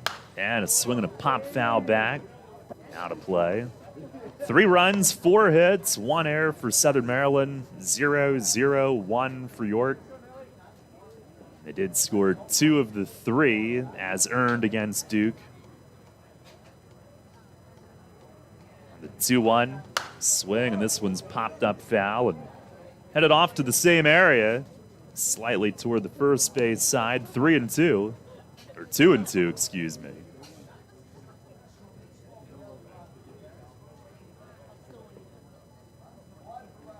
Bryce having his best start since his Blue Crab debut. 2-2, and that misses up high. Well, Nelly's about to have him right around 70 pitches through just 3+ innings. But again, he went 5 throwing 120 in Lancaster a couple starts ago. Pitch, swing and a miss. And he wins the battle. Nelly checks with the plate ump. Would it have been a strike? And Bryce gets him for the second time tonight. 5th strikeout for Bryce here with 1 out in the 4th.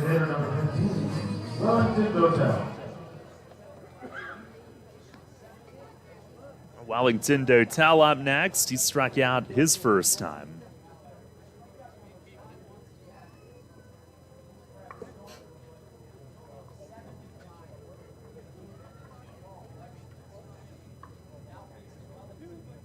First pitch, that is up and away. On our WellSpan Sports Medicine injury report, Dotel, the main case at the moment. 1-0, and a swing and a miss, and they are hoping to have him play some outfield maybe as soon as this weekend, maybe not even waiting until next week at Long Island. Getting that shoulder built back up.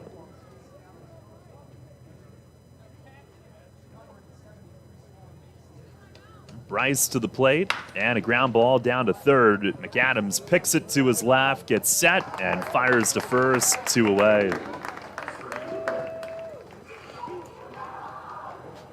Now, last night, Revs were held the minimum number of batters through 4 2/3. So far tonight, held without a hit through 3 2/3.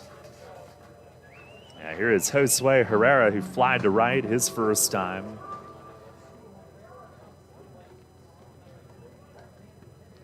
Blue Crabs tonight had 1 in the first on a homer, 2 in the second on some misplays. Pitch to Herrera is inside for ball 1.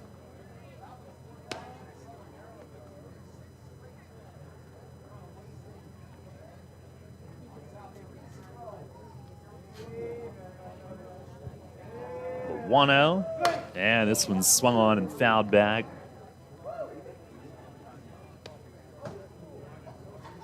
Dusk here in Waldorf tonight.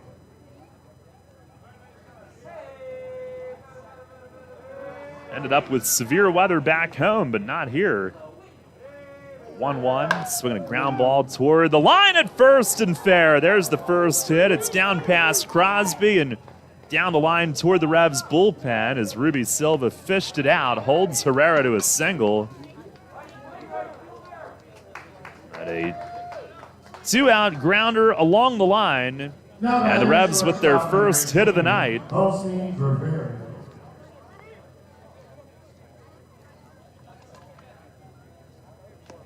2-out base runner for Osmi Gregorio.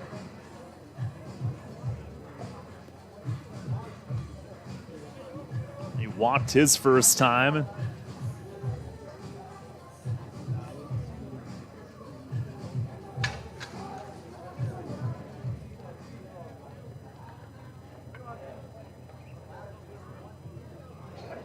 Bryce ready, first pitch, swinging a foul tip back to the net.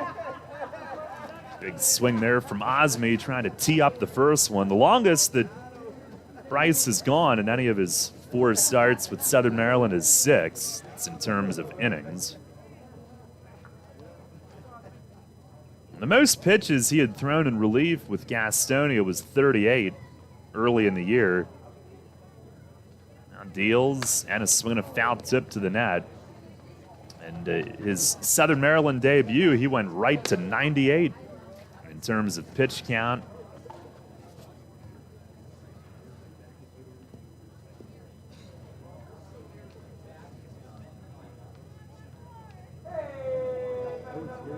No balls, 2 strikes. Bryce deals and is swinging a foul off to the first base side and out of play.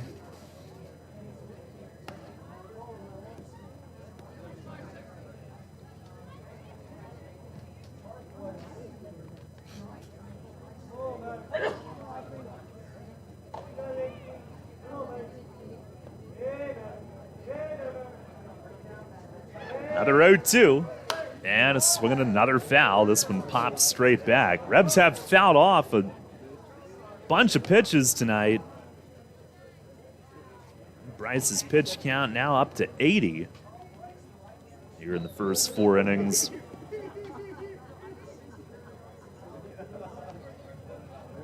Trailing 3-0, the Rebs are, though. Now another 0-2. And a swing and a bouncing ball softly toward third. McAdams cuts in front of short. Didn't have his balance, and he'll just hold it. That would have been a throwing error waiting to happen, so he just puts it in his pocket. And he went way to his left in front of short.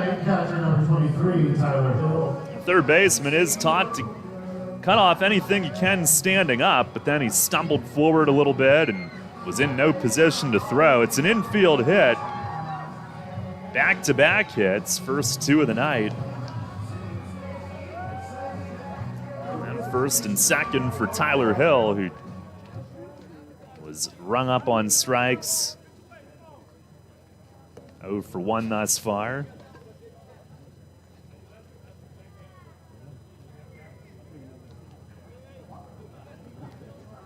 First pitch is swung on line hard to left field and over the head of Trejo, and it one-hops the wall. Herrera scores. Gregorio around third. He's home, beats the relay, and it's 3-2. Tyler Hill dances at second, smashes a double, one-hop off the wall in left center. Drives in a pair, and the Revs on the board and within a run here in the 4th on 3 straight 2-out hits.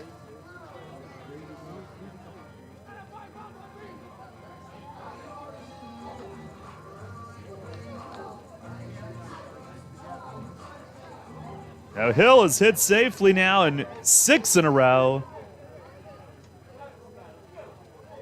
Here's Sanford. First pitch is in for a strike. Hill driving in his 14th and 15th. That ball was slammed. Now the pitch to Sanford. He swings and pops a foul out of play. Third base side. Hill now 7 for 13 on his 6-game hitting streak. 3-2 the score. Tying run at second. Pitch from Bryce. It is outside, 1-2. Sanford popped to short his first time.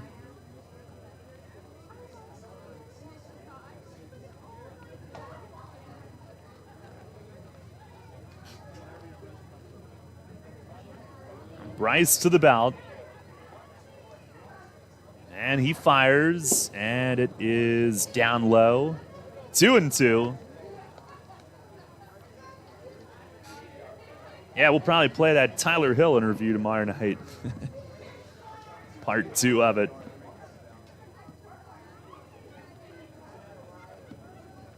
Bryce ready. And delivers, and a swing and a miss. Breaking ball in the dirt. It's blocked up the third base line. DeLuca, a long throw, and the first baseman, Crosby, couldn't hold the bag. He comes off on the stretch, and Sanford is safe. Hill goes to third on it, and the inning's going to continue. And they'll either go, well, they'll probably go strikeout wild pitch. Right fielder number 21, James Harris. DeLuca is out to meet with Bryce. James Harris back at the top of the order coming up.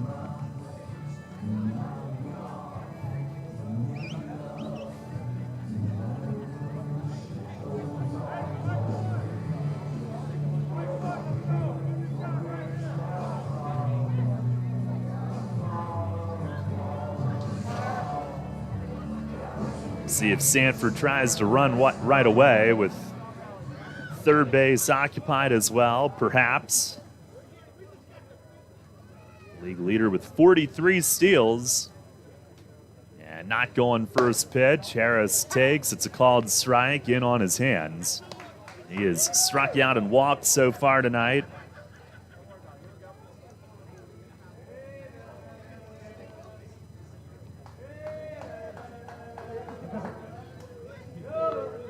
Now a move to first, and Bryce bounces it, and Crosby handles it on one hop. Another errant pickoff throw, but Crosby able to hang on. Now the pitch, Sanford fakes going. Bryce misses away. 1-1.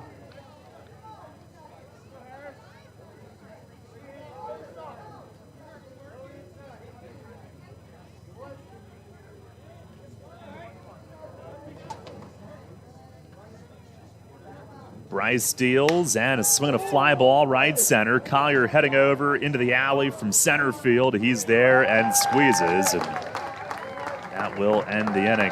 But the Revs scored twice, and they do it on 3 hits. No errors, 2 left. And on their way back in this one, it's a 3-2 game as we go to the bottom half of the 4th. Since 1934, PSECU has given Pennsylvanians financial opportunities to live a better life. We are a credit union who offers valuable free and low-fee financial products, broad lending options, and outstanding money management for financing life. At PSECU, we are proud of who we are and committed to who we serve because our Pennsylvania roots run deep. We are banking on a difference. Visit PSECU.com to join us. This credit union is federally insured by the National Credit Union Administration. Equal opportunity lender. Hey Revs fans, now's your chance to win big with the Revs and Shipley Energy. This season, during every home game at Peoples Bank Park, it's the all-new Shipley Energy Grand Slam inning. Each game, 1 inning will be designated, and 1 name will be selected as the contestant. If the Revs hit a Grand Slam that inning, you could win $5,000. To enter, stop by Fan Services and fill out your form, or enter via the York Revolution app or YorkRevolution.com. Sign up today and win big with the Revs and Shipley Energy this season. Backed by popular demand, Grumpy Old Men, the musical, returns to the stage at Dutch Apple Dinner Theater, playing August 5th through September 4th. Based on the 1993 film, the story centers on 2 crotchety old neighbors, Max and John, who've been feuding most of their lives, but are reunited in friendship by their charming and eccentric new neighbor, Ariel. This laugh-out-loud story of family, friends, and romance is guaranteed to delight. For reservations, call the box office at 717-898-1900 or visit DutchApple.com. Listen live, on demand, and on the go. Download the new WOYK app on the Apple and Google Play stores today.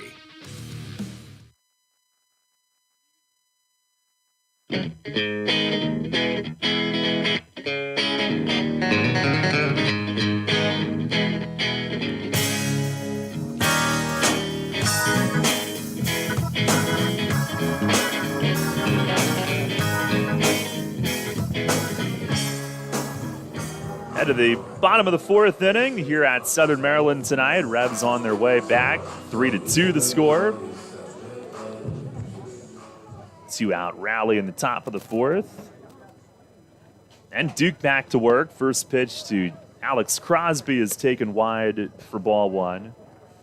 2 runs, 3 hits, 1 error for York, 3, 4, and 2 now for Southern Maryland. And it was not a strikeout wild pitch as Crosby swings. He grounds one that hits the corner of the first base bag. Ricochets up the line and right toward the Revs bullpen. Harris's throw skips into second late, and Alex Crosby with a leadoff double hit the corner of the first base bag and skips down the line. Now batting third baseman number 7, Josh McAdams. That was hit sharply, but a bad break there. Nelly was going for it. Perhaps he makes a great play on it. Never had the chance. But back to what I was saying, it wasn't a strikeout wild pitch on Sanford. It was a strikeout throwing error on the catcher. They went with that since a good throw would have had him.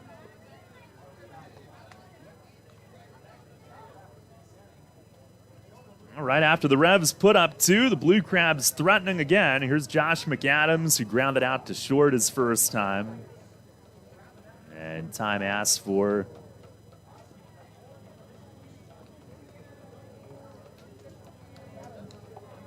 Southern Maryland's 5th hit of the night. Duke with the pitch, and a swing and a miss. Good changeup.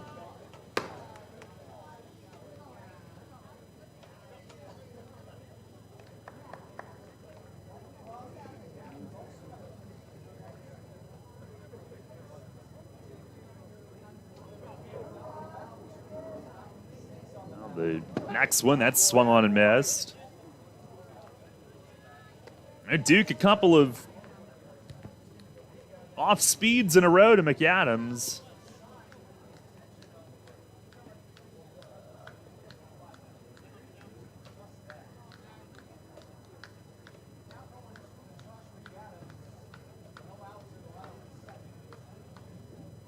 Now the stretch from Duke, the 0-2, and a swing and a miss. He stayed with it. Change up down, and Hill makes the grab and applies the tag. Now Duke with his 2nd strikeout of the night.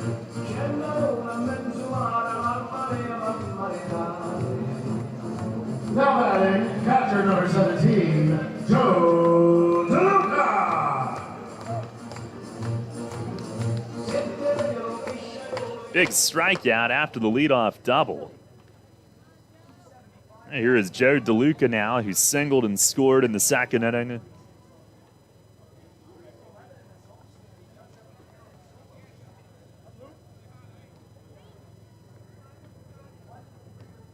First pitch, that is down low. Duke really relying on the off speed now here this inning.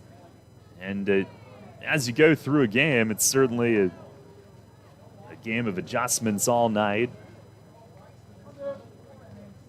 Also a plan, maybe try to use just 2 of your pitches the first couple times through, save a 3rd one for later. As DeLuca asks for time and takes a step out.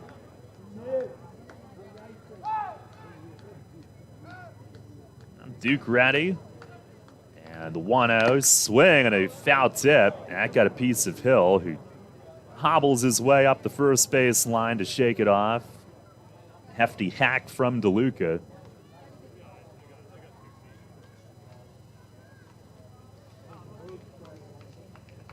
And it's 1-1.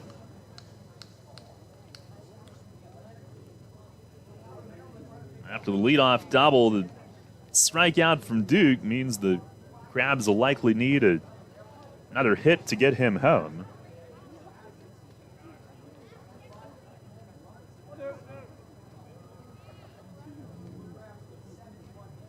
Von Schaman doing it against a hitter that has terrorized the Revs pitching staff.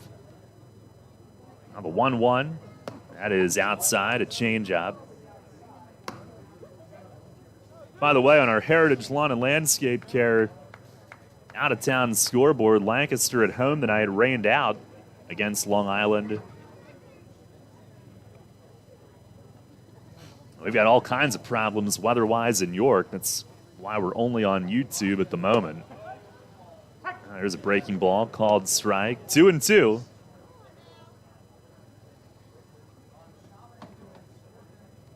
Another shout out to Revs marketing manager Sarah Daly, who went to the studio in her best effort to get us back on the air, but sounds like an internet outage throughout York City.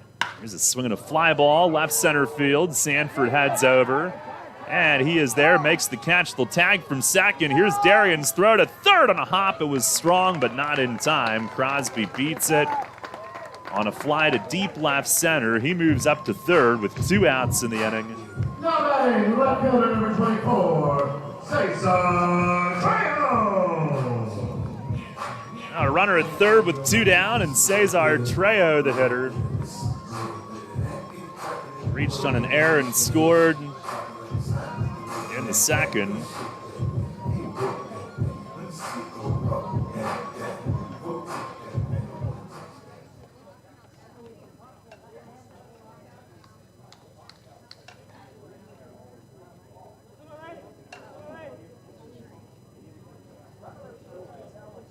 Now the first pitch to him, that is a called strike, outside corner, change up from Duke. Trying to keep this a 1-run game, which would be really big momentum-wise after the Revs' 2-out rally in the top half. And I hear dog barking. Today is Wind Up and Wagon Wednesday here at the stadium. Pitch, swing and a miss, a change up.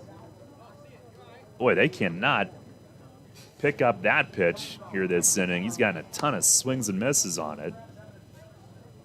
But I assume that means there's some kind of wine deal. And there are dogs here. Wagon Wednesday.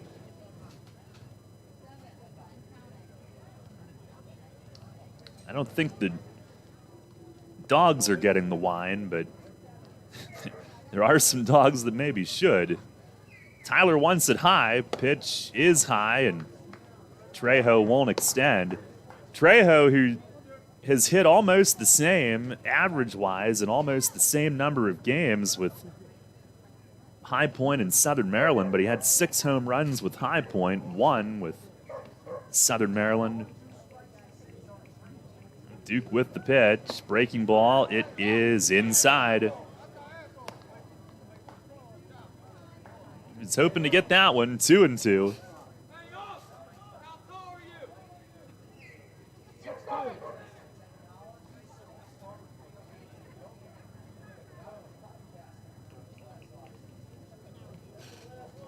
Alrighty, he fires, and a swing at a little dribbler along the line at first. It takes a hop, it's on the chalk, and it looked like it stayed fair. Duke picked it up, underhanded to first, and Jerry Burish running up the line calls it foul. And the Revs can't believe it. Did he screw up another one? Here comes Mace. Now the plate oh my goodness. Calling both base umps in. This is his call. It's not to the first base bag yet.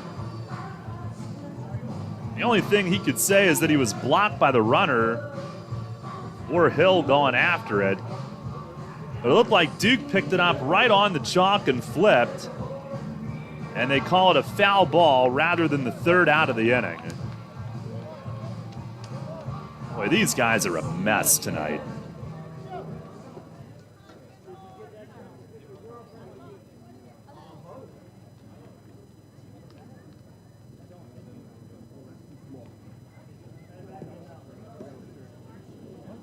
And just half the time, they look like they have no idea what they're even watching. They don't sell it. Here's the pitch, and it's swung on and tapped foul at the plate. It bounces up off Trejo, and will do it yet again. Nightfall almost here in Waldorf tonight. Once again, I apologize for any video lagging. The internet here is poor, but at least it's still on, unlike back home in York.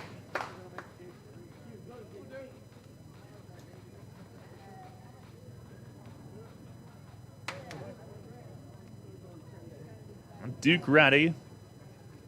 And he fires, and a swing and a drive to deep left field. Down the line, it's gone. You gotta be kidding me. 2-run home run for Cesar Trejo, and Southern Maryland now leads it 5-2.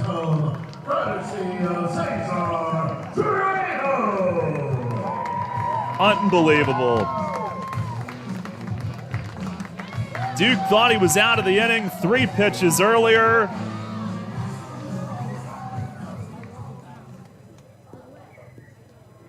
Now batting shortstop number 3, Michael. The frustrating thing about the foul ball call rather than the out is that it just totally looked like he didn't even know what he saw. And Duke thought he picked it up on the line and flipped for the out, which would have ended the inning. And instead, here we are, down 3 again. Here is Michael Baca, who looks at a ball outside. And Trejo had 6 home runs with High Point, now his 2nd with Southern Maryland. As Baca gets time called right as Duke was lifting his hands into his windup. Now the 1-0, that is off the plate away.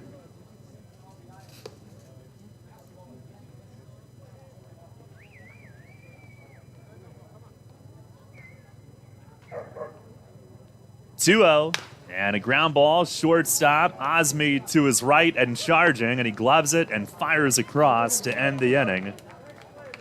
But not before Southern Maryland gets a 2-out, 2-run homer from Cesar Trejo, 2 hits in the inning, and nobody left. They lead it 5-2 as we go to the 5th. Pennsylvanians are creating their own soundtrack thanks to PA Lottery Scratch-Off's Excitement's back. Pennies, nickels, dimes, or quarters, no matter your choice, scratching's always in order. With big top prizes and second chance drawings, thrills await. They're out there calling if it's excitement you seek and you're looking for action, play the PA Lottery. And keep on scratching. Must be 18 or older. Please play responsibly. Benefits older Pennsylvanians every day. The York County Solid Waste Authority turns up the heat every day. On your garbage, that is. Advanced waste-to-energy technology is used to burn garbage at 1,800 degrees Fahrenheit in environmentally controlled combustion units. This reduces air emissions and produces electricity, enough to power 20,000 homes every minute of every day. Visit www.ycswa.com to learn more. In York County, garbage is power. Shadowfax is committed to helping people with intellectual disabilities live an everyday life in their home and community. Currently, Shadowfax is seeking applicants with a passion for making a difference, one person at a time. Open positions include Residential Direct Support Professional, LPN, Day Services Community Participation Support, Residential Scheduler, Training Manager, and more. Shadowfax offers comprehensive benefits packages and a $1,000 sign-on bonus for most positions if hired before August 1st. For a full list of open positions and pay rates, visit shadowfax.org. Shadowfax, building relationships, creating possibilities. Shadowfax is an equal opportunity employer. New FM signal, new website. Get features, live broadcasts, and on-demand game broadcasts and shows online at 989WOYK.com. Suffering from chronic pain, anxiety, or insomnia? CBD Supply MD York has the solution for you. Natural alternatives to pain relief while combating high prescription prices and deductibles. Our products are high quality, organic, and third-party tested. Family owned and operated, CBD Supply MD York is community and family oriented and the most trusted source and supplier of the highest quality Delta 8 and CBD products, including oils, ointments, vapes, gummies, and pet treats. Call us at 817-1097. That's 817-1097. Or stop in and see us at 3923 East Market Street in York. CBD Supply MD York, your quality CBD supply. Right fielder number 21, James Harris.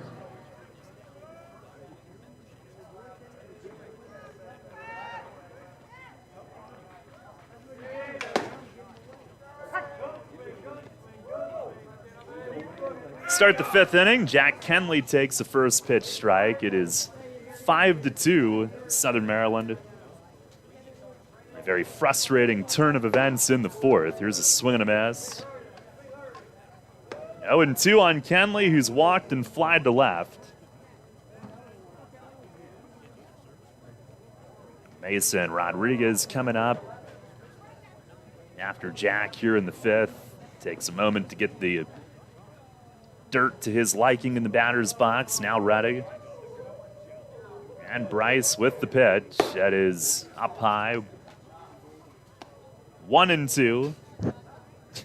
Making calls to York between innings, trying to get our radio feed restored. But it really is out of any of our hands for now, as Bryce misses high and wide due to the, well, he didn't miss with the pitch due to the weather back in York, but that's why we're not on radio at the moment. The 2-2, and a slider down and in, and a extremely delayed strike three call. And they might be using York internet. One down here in the fifth. That took forever to get down to Jerry Burish behind home plate. Bryce has his 7th strikeout of the night. One down. Here is Melky Mesa, who's grounded into a fielder's choice and flied out. First pitch is up and outside. And Mesa looks back and he's still staring. Waiting to see if there's a delay, and maybe making fun of how long it took for Kenley to be rung up. The 1-0, swinging a foul tip back.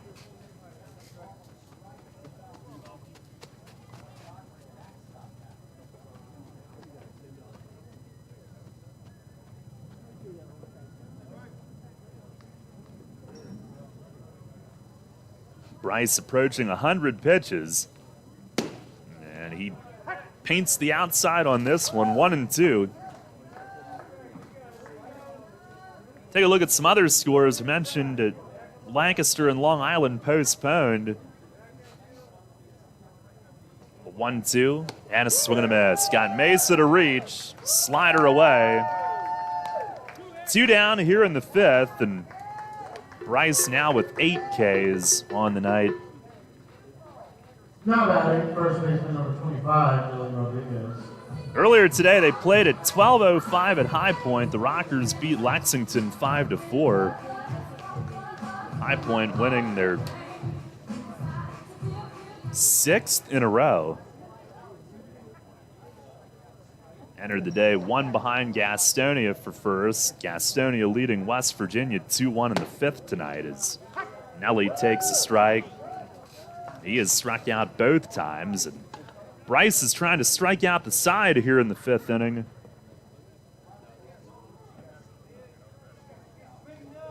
Got 8 strikeouts now tonight.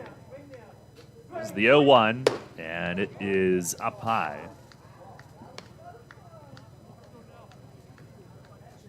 So only one other game going on right now. One was earlier and one has been rained out. Bryce with the pitch and a swing on a high fly ball to deep left field. Trejo is back. He's under it, shy of the track, and comes in now and makes the grab. Nelly just got under it. Just missed on that one, or it would have gone a mile. 1-2-3, fifth inning. For Bryce, he and the Blue Crabs lead it 5-2 as we go to the bottom half of the fifth. Hey, psst. Yeah, you. You want to buy some low-priced groceries? Just follow me into this well-lit Lidl grocery store. Here at Lidl, we buy in bulk and cut down on costs wherever possible. Then we pass the savings on to you. Trust me, everything's done totally legit and above board. Nothing to be worried about. Yep, Lidl's pretty great. It's just your run-of-the-mill grocery store, except with way lower prices. Lidl. Suspiciously low-priced groceries. Planting a tree, putting in a mailbox, whatever your project, Columbia Gas reminds you to be safe and call 811 before you dig and know what's below. Safe digging is no accident. Call 811 at least 3 business days before you start your digging project, and your utility companies will come out to mark any underground lines near your work area. Calling 811 is free for Pennsylvania homeowners, and it's the law. For more information, visit columbiagaspa.com. Facing a legal issue can be a frightening time. What's my course of action? How do I know who to call? Fortunately, the York County Bar Association makes it easy. Now, you only need to make one call to find the right lawyer for you. Call the York County Bar Association and let us help you find the right lawyer with our Attorney Connection Lawyer Referral Service. Just call 854-8755 or visit yorkbar.com. Don't hesitate in getting the help you need. Contact the York County Bar Association and let us help you find the right attorney at the right time.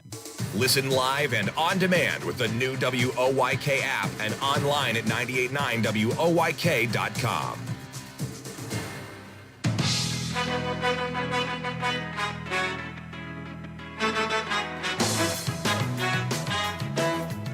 (5-2) Southern Maryland head to the bottom of the 5th inning as Kent Blackstone pops the first pitch up. Hill out in front of the plate, turns. It's going to be Herrera from third.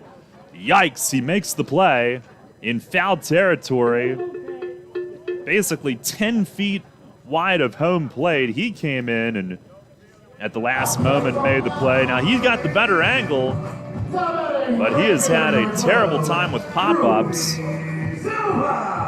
And he reached to his left, full extension to hang on to that one, but he gets the job done. One down here in the 5th inning. This Duke gets a one-pitch out. Revs trailing 5-2. Here's Ruby Silva. He's hit into a double play and lined out to center. First pitch swinging. He lines a foul onto the, well, actually over the roof of the VIP quarters in left. It caroms out to Mesa, who will toss it aside.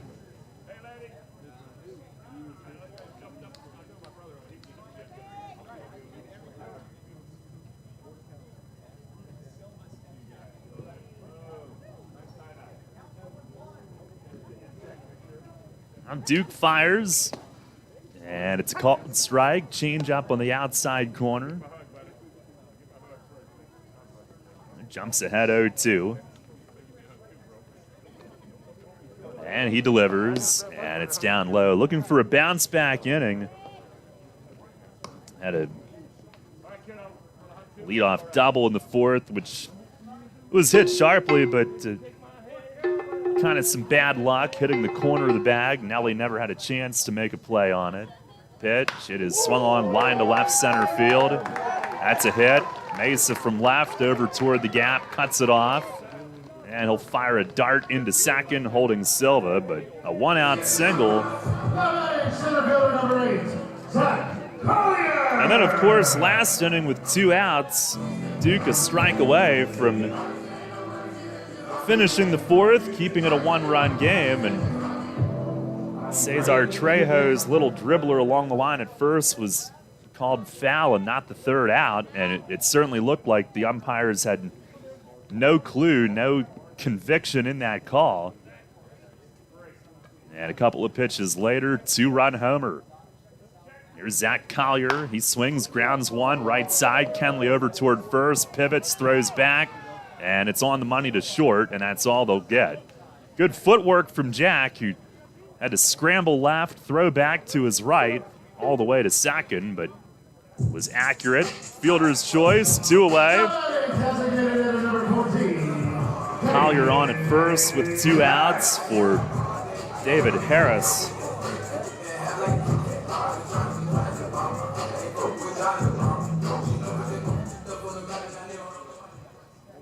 Oh my goodness. You saw it. Oh wow.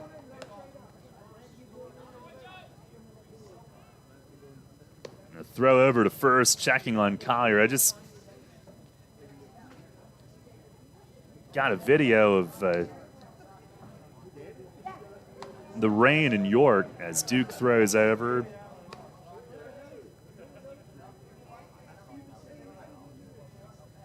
Well, the outfield of Peoples Bank Park is a body of water. That may not even be a lake. It might be a bay. There's a fastball inside. 1-0 on Harris, who's... Can't remember if I mentioned it. I got distracted looking at this video. He's reached on an infield hit and flied out. A throw over, and Collier dives back again.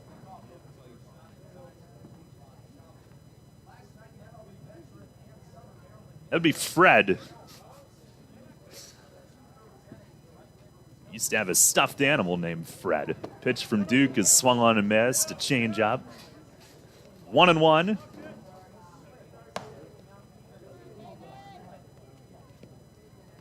Yeah, we thought we were going to get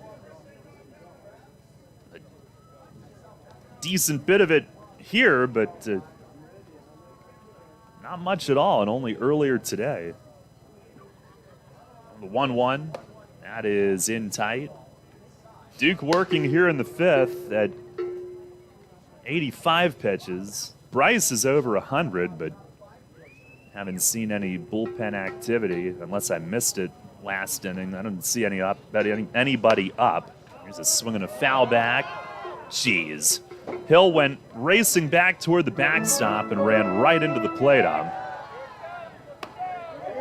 Right in his way. Fortunately, he didn't have a play on it anyway. 2-2.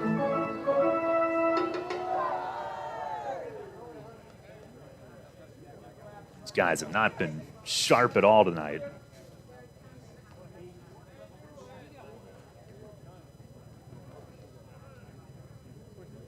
Now the 2-2, and it's tipped foul over toward Alex Crosby in the on-deck area. By the way, tomorrow night will be Joey Lara going up against Blake Bivens, 6:35. We'll be on at 6:15. And we'll be on everywhere if York City can get its internet restored. 2-2, runner goes, swinging a bouncer over Duke's leaping attempt. Kenley will charge from second, and he scoots to it and throws him out at first to end the inning. No runs, one hit, and one left for the Crabs in the fifth. And we'll go to the sixth inning here tonight in Waldorf. It's still 5-2, Southern Maryland. There's a lot of talk out there about good health care. We all want a good plan. But step outside and take a good look at all those beautiful trees and shrubs in your yard. Do you have a plan to maintain their good health? Heritage Lawn and Landscape Care has a veteran staff of 12 fully licensed and trained tree health care professionals to rely on, including 10 certified arborists and 3 PA certified horticulturalists. So don't let your trees and shrubs fend for themselves against Mother Nature. Visit heritagelawnandlandscape.com and get world-class care right in your backyard. Money and business are essential to the strength of a community. So is cheering and celebration and music and fun. That's why York Revolution games, concerts, youth sports, special events, and more happen at a place called Peoples Bank Park. Peoples Bank has been serving the community for more than 155 years, always cheering, always celebrating, always committed to the things that make our communities great, and to you having a great time at Peoples Bank Park. Peoples Bank, member FDIC, equal housing lender. WellSpan Health delivers orthopedic care you can count on. From common bone and joint problems to complex injuries, our team of surgeons, physicians, therapists, and athletic trainers work together for you. We are here for professional athletes, athletes in training, and the weekend warrior. We're the official sports medicine provider for the York Revolution, the York Suburban Trojans, and your weekend tennis team. That's how WellSpan Health delivers orthopedic care you can count on. Downtown's ready. Are you? The Revs play here. Sports Radio 98.9 FM and 1350 WOYK, York.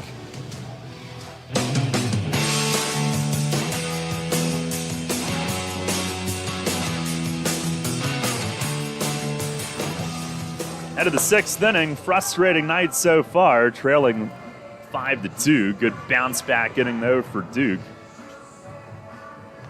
Carl Bryce still in, 102 pitches through 5 innings. She's not good, but has a 5-2 lead. 5 innings, 3 hits, 2 runs, He has struck out 8 and walked 3. Rebs will have Dotel, Herrera, Gregorio coming up. Blue Crabs do get a right-hander up in the pen.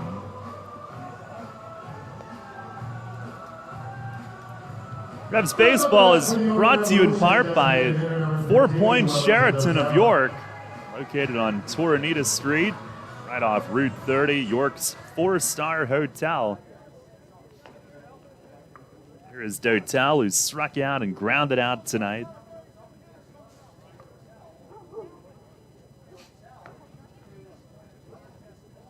Bryce with the first pitch of the inning. It is outside.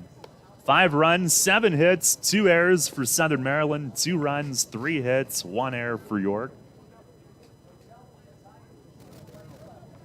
Pitch, it is swung on and fouled back. And it's a ball and a strike. The Rebs will be back home this weekend. Gastonia comes in. 1-1. Swing and a miss. Slider. 4 games in 3 days.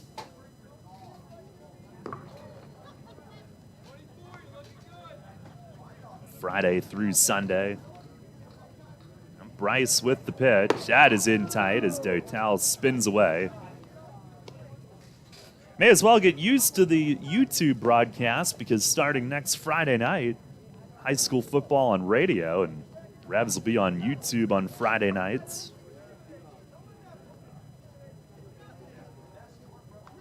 Now the 2-2 to Dotel, and it is off the plate away. A full count leading off the 6th. Bryce has to be near the end of his rope, given the pitch count.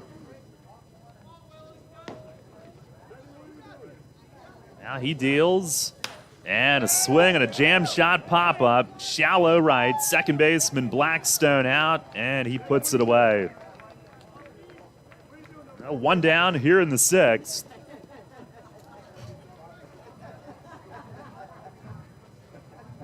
Now batting, third baseman number 7, Josue Herrera.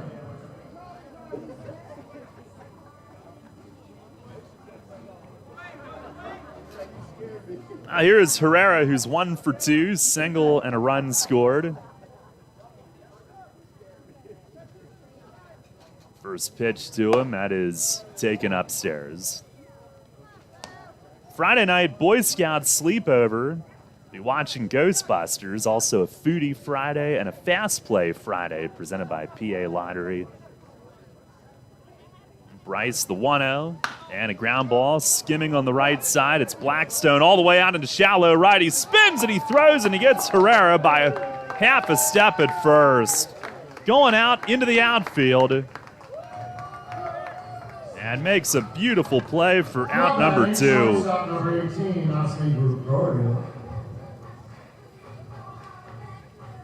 Now 2 down, and Gregorio coming up. Frustration for the Revs continues.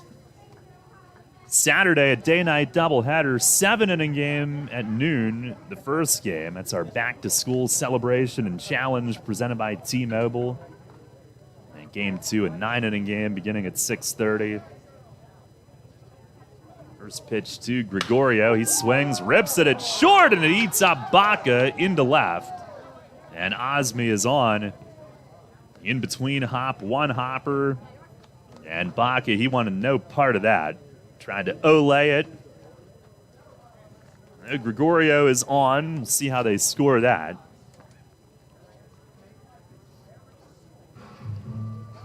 Saturday, the night game is First Responders Night, presented by RBC Wealth Management. Fireworks, presented by PA Lottery. Paw Patrol appearance. And here comes Stan Clyburn, and that'll be it for Bryce after 111 pitches. Now he leaves with a 5-2 lead. Blue Crabs go into their bullpen. 5-2 the score. Rebs with a runner on, 2 outs in the 6th inning.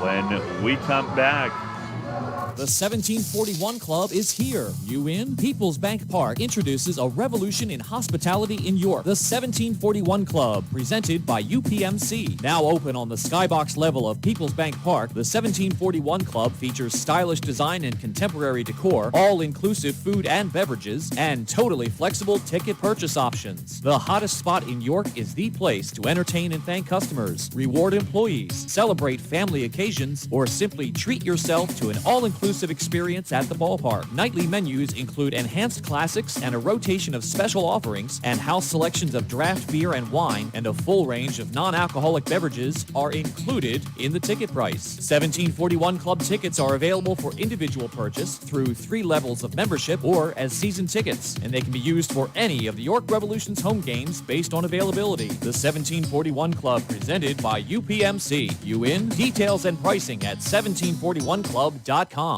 At York Saw and Knife, we are a quality, custom manufacturer of metal business-to-business cutting products. We serve lots of industries. Some include food processing, textiles, packaging, and lumber mills. As a stable, growing, family-owned business, our employees are family. We're looking for positive, quality-minded team members interested in the metal trades. We have both first and second shift openings for entry-level employees. To find out more about the positions available at York Saw and Knife, visit yorksaw.com. Get the latest on the Orioles with the Baltimore Baseball Show, hosted by Dan Connolly. Mondays at 6 on Sports Radio 98.9 FM and 1350 WOYK.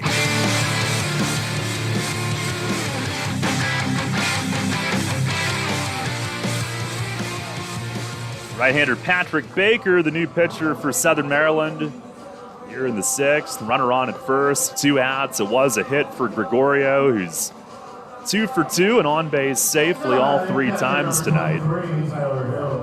But only the 4th hit for the Rebs, 4th and final hit off Bryce, who went 5 2/3, 4 hits, 2 runs for the moment, 3 walks, 8 Ks, 111 pitches, 67 strikes against one of his former teams. Now here's Tyler Hill to face Baker. First pitch, fastball, that's a strike. Tyler is driven in. Oh, look at this. Once again, the umpires are clueless. Runner at first, 2 outs, and there's Jim Clayton all the way over at third base for some reason, rather than at second where he should be. Boy, these guys,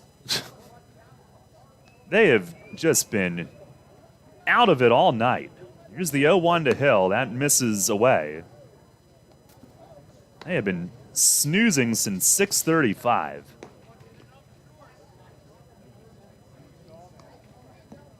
Hill has driven in the only 2 for York. 2-run double in the 4th. 1 for 2 tonight. Baker the pitch, and it is a called strike outside corner. Baker, 19 outings. He's 3-1, a 5.13 ERA. High walk totals, just like everybody. High strikeout totals, just like almost everybody. About a hit per inning, just like most. Typical Atlantic League season for him. He fires, and a swing, a line drive the other way, down the line in right field. It is fair, right along the line. And Gregorio sprinting around third, throw home all the way from right. He beats it. And Hill at second with his second double of the night. It's 5-3. He has driven in 3. And I think Baker is disgusted with the fair foul call. Now it's the Blue Crabs who are miffed. But Tyler Hill right down the line in right. 2 for 3 with 2 doubles and drives in his 3rd. A 5-3 game that closes the book on Bryce, charged with all 3. Now here's Sanford. Baker with the pitch. Darian shows bunt. It's a called strike. He didn't like it. By the way, Osme running the bases now with 2 outs. I mean, you're going on contact, but that's twice that he has scored from first on a Hill double. Pitch to Sanford, a fastball. It's just inside. Sanford 0 for 2 tonight.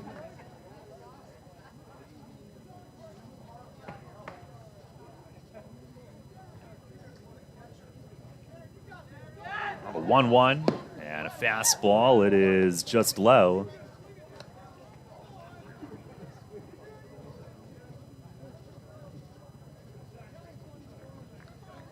And Tyler Hill now 8 for 14 on a 6-game hitting streak. 2-1. Sanford shows bunt. It's inside. He spins away. James Harris on deck.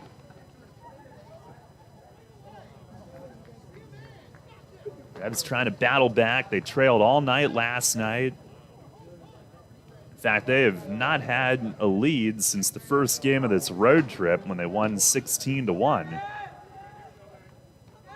Pitch to Sanford. It is high, and he is on base. Ball 4.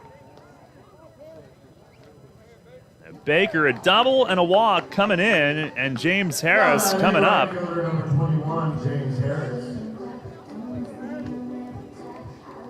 Harris tonight 0 for 2 with a walk. This is the team that has given him fits. He is 3 for 27 against Southern Maryland. But obviously has hit well against everybody else. Now would be a great time to break out against these guys. First pitch to him, it is a breaking ball just outside. Revs down 5-3 here in the 6th. And he's struggled against them, but he did have a solo home run last night. 1-0, fastball. It is a called strike on the outer edge.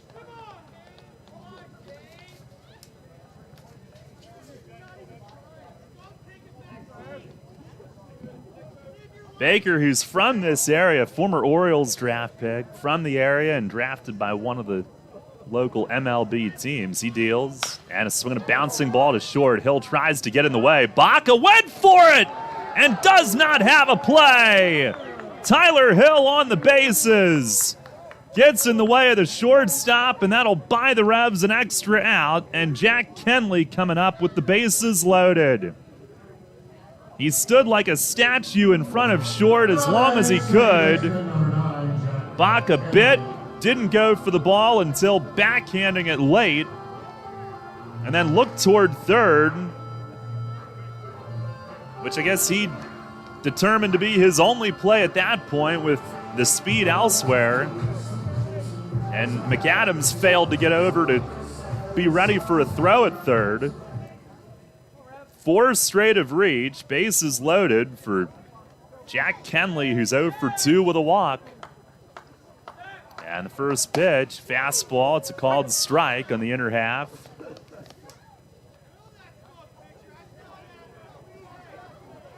It's an infield hit for Harris, and he can thank Tyler Hill for that.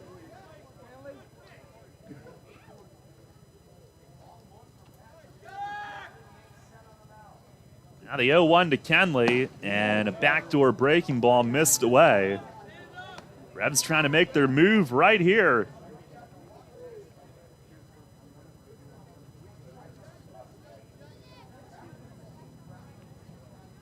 Now Baker the stretch. And the 1-1 swing and a foul straight back. Another good rip from Kenley, who, by the way, has been held hitless in 3 straight games for the first time all season.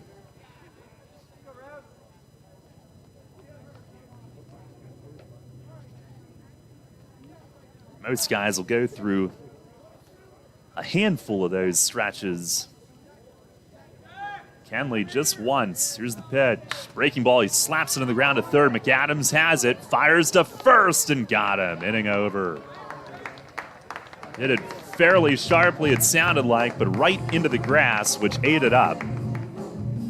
Revs score once in the inning, 3 hits. They do leave them loaded. 5-3 our score. We go to the bottom half of the 6th.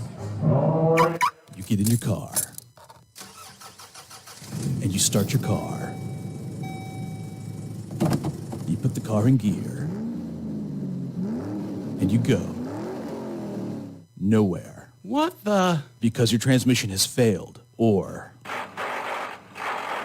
you try and put it in gear and it makes an awful grinding noise, or you put it in gear and take off, but when it's time for the transmission to shift, the RPMs just go higher, but you aren't gaining any speed. Dang it! Now you've heard of the good-looking genius and the crew at Broadway Transmission, right here on the radio.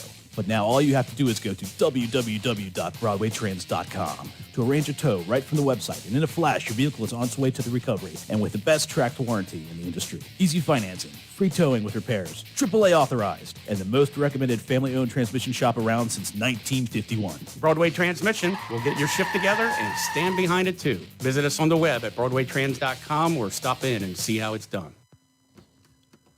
I felt like my well-being was tied to the morning stock numbers. I wanted to invest, but grew tired of the stress of potential losing it all. A friend of mine suggested I talk to Tom Dasher about a fixed index annuity that could be a stable option while still seeing potential growth. Tom has been helping folks here in York County for over 30 years. Give him a call at 717-487-2096 to see if he can assist you. New FM signal, new website. Visit us online at 989WOYK.com and take us on the go. Download the new WOYK app today.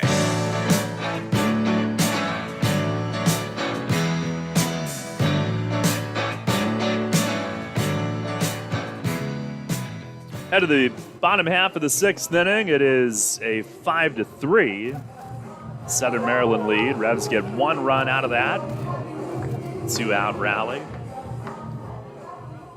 And all started with Osmi Gregorio's 2-out single off Bryce, who was trying to finish 6. The Revs greeted Patrick Baker with Hill's RBI double, couple more reaching before he escaped, but a lot of game left, and Duke will try to hold them for a second straight inning. He's still in as Alex Crosby leads off the home 6th.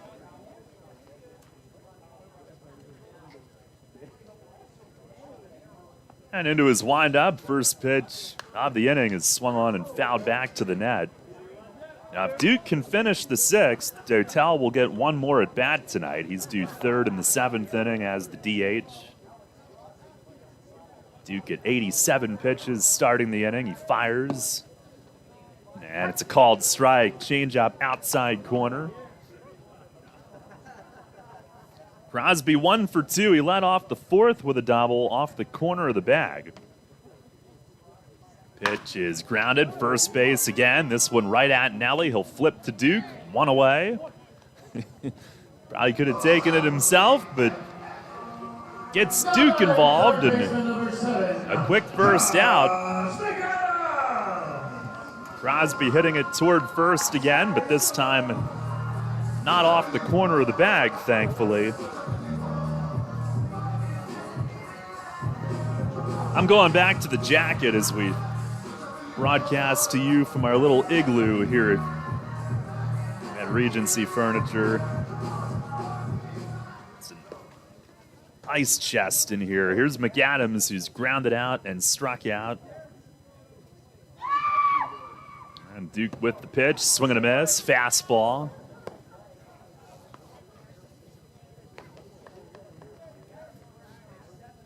McAdams looked a little jumpy when that grounder was hit to him to end the inning, but he made the play.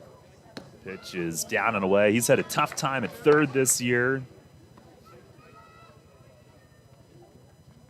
It has hurt the Revs with the bat. Blue Crabs have another right-hander up.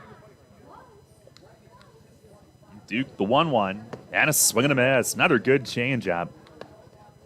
I'm not sure that he had it or that he used it. the first time through the order, but it's been his best pitch since probably the third inning tonight. He fires, and a swing on a fly ball, shallow left center. Sanford comes in, and he's under a waiting and puts it away. 2 down here in the 6th. That time they went breaking ball. Catcher number 17, Joe DeLuca. McAdams 0 for 3 on the night. And with 2 down, Joe DeLuca coming up. He's 1 for 2, singled and scored back in the second.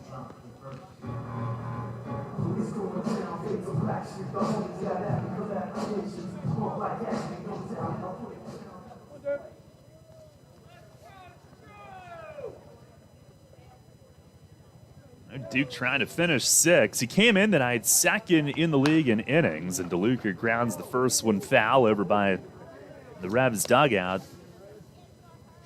Duke entering play tonight, number 2 in the league in innings pitched, behind only Daryl Thompson, who added 8 2/3 to his total last night.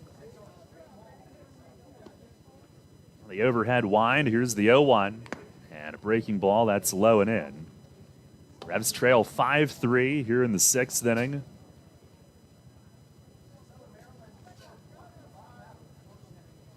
Here from Electric Regency Furniture Stadium tonight. Now the 1-1, and swinging a high pop foul, third base side. Herrera a look, but that's all the way up onto the roof. 1-2.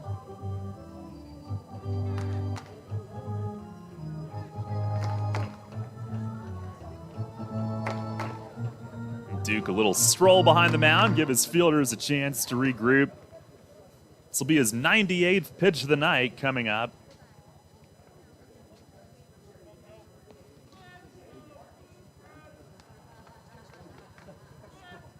DeLuca digs back in. And the 1-2. Swing and a miss. He struck him out. Change up away. And they have not been able to figure out Duke on the changeup really since, I think, the third inning tonight. He has gotten so many swings and misses on that pitch, and he notches his third strikeout of the night on it. A 1-2-3-6. He hangs in there, gives him 6 tonight. And we go to the 7th. It's still Southern Maryland 5, York 3. Many ancient cultures believed our feet to be the source of well-being. In fact, from the moment humankind first stood upright, our feet have been our most fundamental connection with the earth. At Flying Feet, we strive to strengthen that connection with a selection of summer footwear that are fashionably appealing, orthopedically correct, and most importantly, comfortable. Flying Feet. Since we introduced them, OOFOS has been the hottest brand of thongs, slides, and clogs on the market. Lightweight and fashionable, OOFOAM technology absorbs 37% more impact than traditional foam footwear materials. Less stress on your feet and joints means OOFOS all-day comfort. Now Flying Feet introduces NewSole. These American-made thongs and slides are soft, lightweight, and super comfortable. Their supportive footbed addresses a variety of foot ailments. New soles are especially good for water fun as they float, are non-porous, and slip-resistant. See all of the men's and women's styles available for your summer fun at Flying Feet. Flying Feet. Flying Feet Sports Shoes, the sportswear specialty store without specialty prices. 1511 Mount Rose Avenue behind Domino's Pizza, just off exit 18 of I-83. Sports injury? Walk into WellSpan Urgent Orthopedics for immediate care. No appointment is ever needed. Our orthopedic and sports medicine specialists are here to treat you. Visit wellspan.org/urgent orthopedics today for hours at our York and Hanover locations. Listen live and on demand with the new WOYK app and online at 989WOYK.com.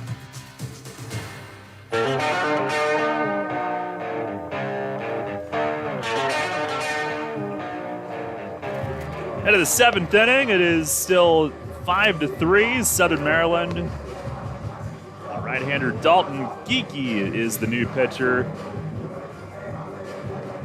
Pitching change brought to you by Maple Donuts. Funny name. He's been pretty good. 24 outings, 1 win, no losses, 4.06 ERA. 2-to-1 strikeout to walk ratio, about a K per inning. Opponents hitting close to 300.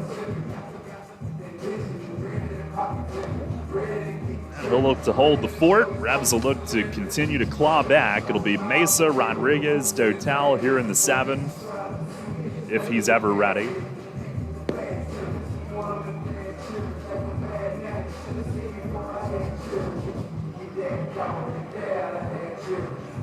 We were promoting the upcoming home games and didn't get to Sunday yet. Sunday will be our at 2 p.m. Stanbaugh Plumbing and Heating hat giveaway. Also Bark in the Park, Sunday Family Fun Day, presented by Wise Markets. And Daniel Tiger, Peppa Pig, and Winnie the Pooh will make appearances. Get your tickets for the upcoming weekend at YorkRevolution.com. Here's Melky, who's 0 for 3 tonight. First pitch is upstairs. Also call 717-801-HITS or stop by the Shipley Energy ticket office. And tonight you can do it by boat. Here's the 1-0. Fastball, that is just outside. Melky's still staring back with how long some of the TrackMan buffering has taken the night. Or just to be sure that Jerry Burish remembered to put his earpiece back in, which is one of his only jobs. Here's the 2-0, and that's a little bit high. And again, Melky in the long stare back. Burish continues to fiddle with his earpiece. 3-0. And it's a little bit high, and Melky is on a leadoff walk to begin the 7th. You know what? If you forget to put your earpiece in, and you get grilled on the field by Mace about that, I bet you'll never forget again.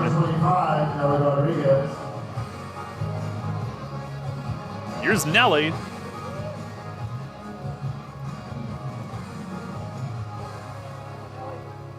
Now the tying run at the plate, thanks to the leadoff walk.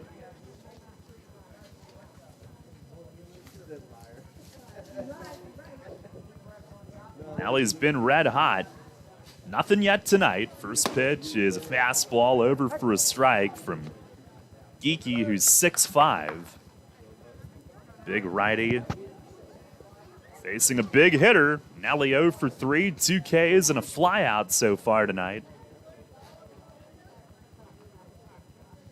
Here's the 0-1. Oh, it slipped up high. Nelly has to squat down under it. Breaking ball that Geeky lost the grip of. Nelly with an 8-game hitting streak entering play tonight, but has not reached yet tonight.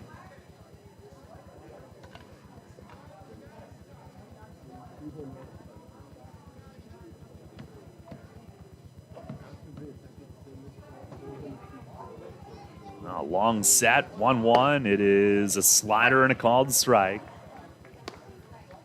Nelly 16 driven in the last 11 games, including a solo home run last night. 6th home run in those 11, 3rd in the last 4. The 1-2, and it is a little bit high. Dotel on deck. He'll get to hit once more thanks to Duke completing 6 innings tonight.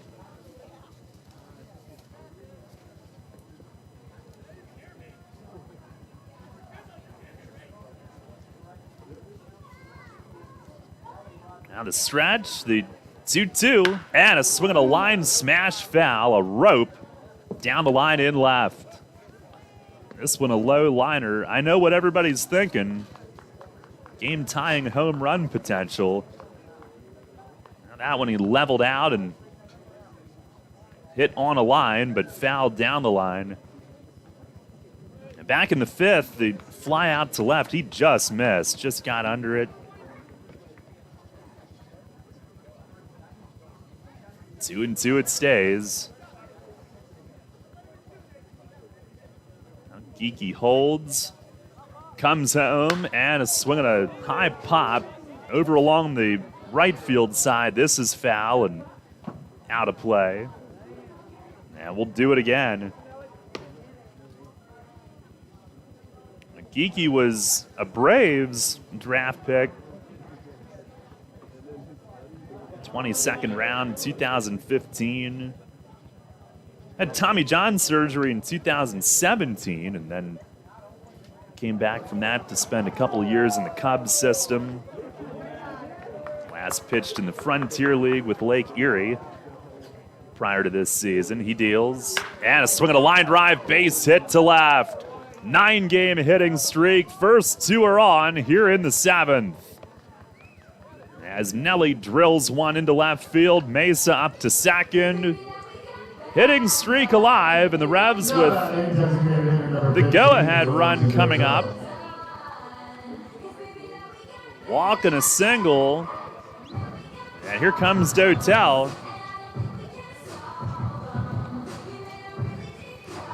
DeLuca's going to chat with Geekie. Urish better get out there and make sure it's not about signs. Or make sure that's all it's about.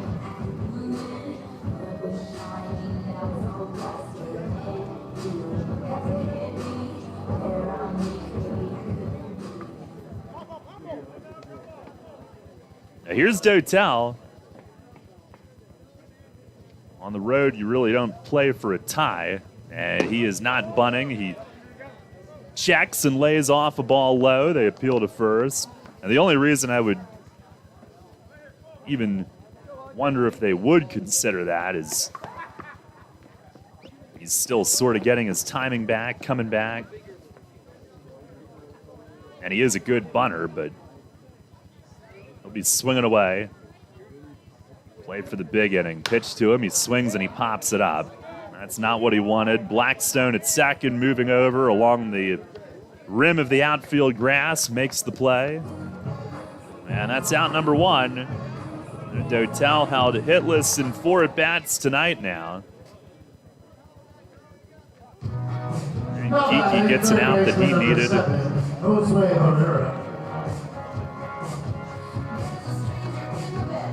There's Josue Herrera. He's 1 for 3. Single and a run.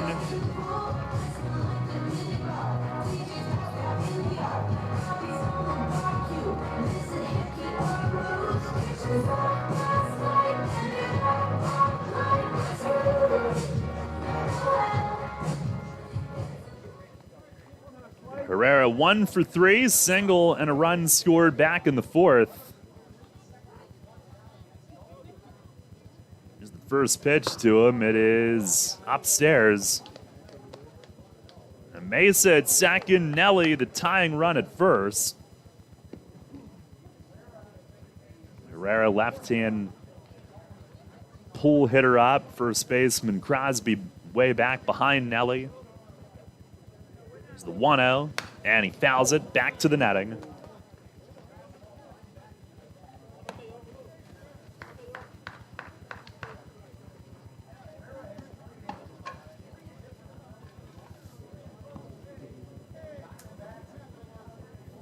One ball, one strike. Geekie, 26-year-old from Houston originally. He fires, and a breaking ball. That's over for a strike. 1-2.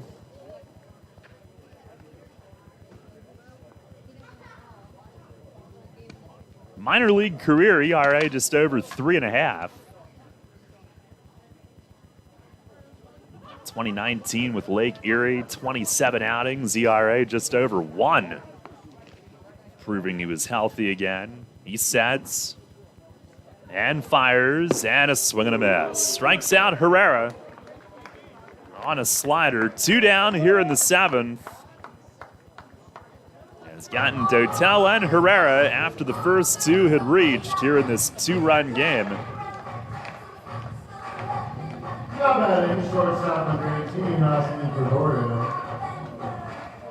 Now with 2 away, Osmi Gregorio coming up. Revs trail 5-3 in the 7th.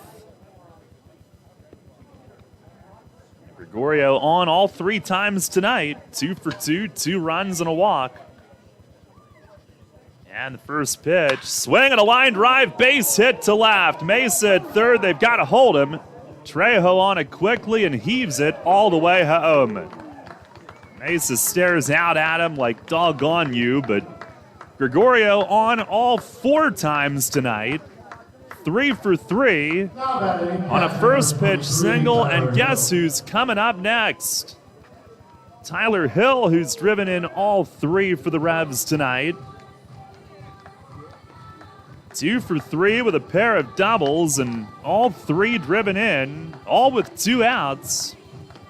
2-run double in the 4th, RBI double in the 6th. And the table's set for him again. Down 5-3 in the 7th. First pitch, breaking ball, and it hooks over for a strike.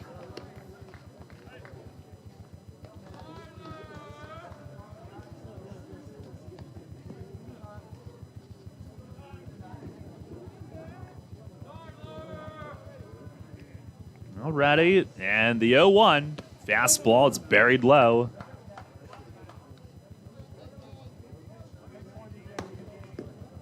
You can see Hill's confidence grow of late, and we'll hear about it tomorrow, but one of the things we asked him, what does he think has been some of what he's developed the most this season as a player? He said, watching the veterans, picking up things from them, the way they approach.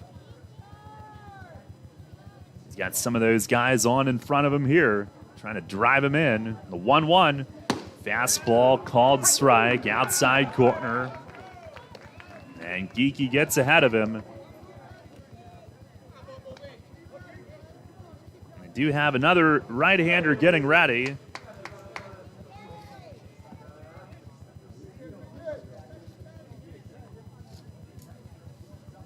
The stretch. 1-2 to Hill. It's swung and a miss. Chased it down and away. Clean grab from DeLuca out of the dirt, and the inning is over. Revs leave him loaded for the 2nd straight inning. They load him on a walk and 2 singles, but have now stranded 11 tonight.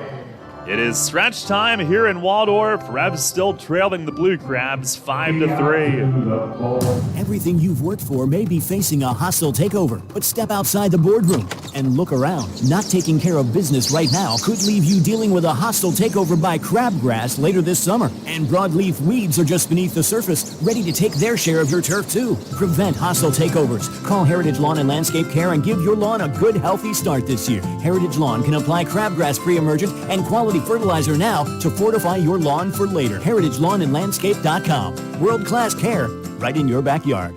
Tee off this season on the best layout in Pennsylvania and experience Royal Manchester Golf Links, bringing you to the coast of the British Isles while never leaving your backyard. Our unique Pure Links layout in the rolling hills of York County gives golfers an experience like none other, featuring 18 pristine holes with picturesque views of the countryside and consistently ranked one of the top public courses in the state. Also offering outings and event bookings. Book your tee time today at 717-268-0490 or nab our online specials at RoyalManchesterGolfLinks.com. WellSpan Health delivers orthopedic care you can count on. From common bone and joint problems to complex injuries, our team of surgeons, physicians, therapists, and athletic trainers work together for you. We are here for professional athletes, athletes in training, and the weekend warrior. We're the official sports medicine provider for the York Revolution, the York Suburban Trojans, and your weekend tennis team. That's how WellSpan Health delivers orthopedic care you can count on. Take us on the go with the new WOYK app. Download on the Apple and Google Play stores today. Sports Radio 98.9 FM and 1350 WOYK. First in York, first in sports.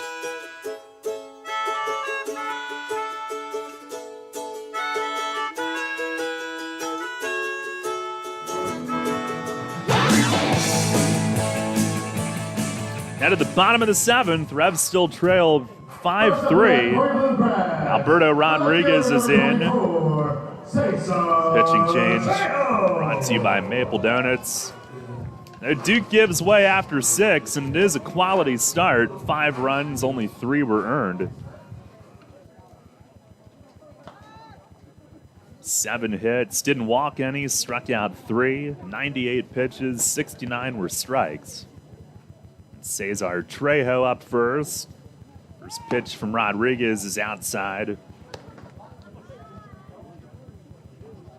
Slider to start him off. Trejo, the 2-run homer in the 4th, it's currently the difference. After the Revs thought they had him out, a couple pitches before that. Pitch to him, fastball, it's a called strike. 1 for 2, 2-run homer. Steal, couple runs.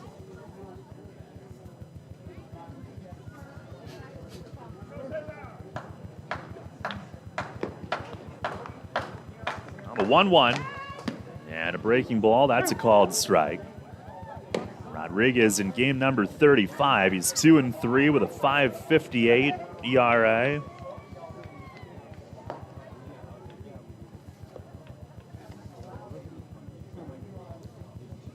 Now has his sign and delivers, and it's way outside. He's the league leader in appearances, had 2 more than Gastonia's Caleb Earls coming into play today, and a couple of Revs right behind that mark on the league leaderboard. Isaac Sanchez, Brandon Fry, 3rd and 4th, respectively.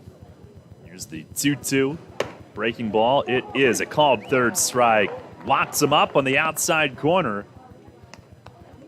Rodriguez was working on that slider and the placement of it during pregame today. Number 3, Michael Baca. Even throwing it at different speeds.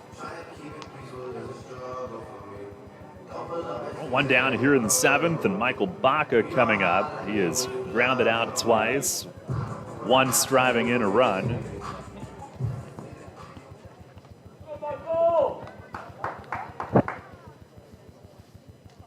First offering to him, swings and flies it to right. Harris over toward the line, and he is there and runs it down. 2 down. Baca lifts the lazy fly to right. Nominating second baseman number 6, Kent Blackstone. By the way, Duke, who's 2nd in the league in innings, he's gone at least 5 in every start.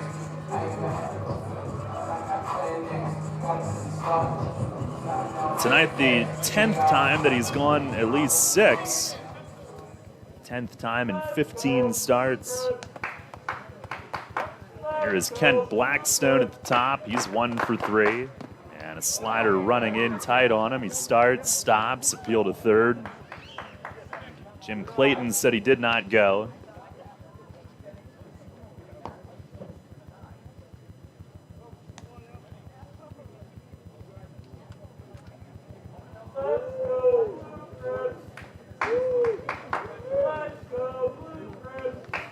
The 1-0, and that's over for a strike. Revs have stranded 11 tonight.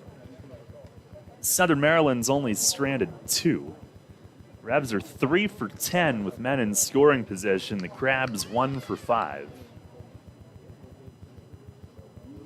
The 1-1 and a ground ball, first base. Nelly lines it up, a roller smoothly into the glove and flips to A-Rod covering for a 1-2-3 7th. Revs pitchers have combined to retire now 8 in a row. And look to get the bats going as we head to the 8th. Still trailing 5-3. Spring is in the air, and Harvey's Rental can get you prepared for what's ahead. With the biggest selection of steel products on the market, Harvey's Rental will get you set for your next home project. From lawn and garden equipment, pressure washers, post hole diggers, and more, Harvey's Rental has it all. Have a special get-together or graduation coming up? Harvey's Rental has what you need to make your party memorable. Visit them in person at 1409 South George Street in York or online at harveysrental.com. Hi, this is Vicki from Brewery Products. Stay tuned to catch the latest episode of Beer Talk airing throughout the day here on WOYK. Each day will feature one of our great brewers and share fascinating stories behind their products. Hear how they got started, how they brew, and their own favorite selections. You might even find a new favorite for yourself. Beer Talk is presented by Brewery Products every day right here on WOYK. When you work with an independent insurance agent, you put the power of choice to work for you. Independent agents know several companies and their coverages, which means more options. And because companies like Donegal Insurance Group use the independent agent system, you not only get quality insurance, you also save money. The independent insurance agent system. Discover the power of choice. Contact Kochman Kunkel Insurance at 717-854-0300 or stop in at 3217 East Market Street, York. Locally owned and operated by Pam and Rudy Kochman. Kochman Kunkel Insurance. You're on York's home for Sixers basketball. Sports Radio 98.9 FM and 1350 WOYK. First in York, first in sports.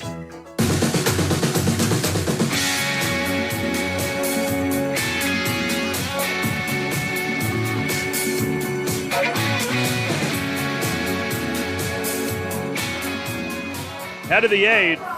Time running short for the Revs tonight as they try to snap a 3-game skid. They trail 5-3.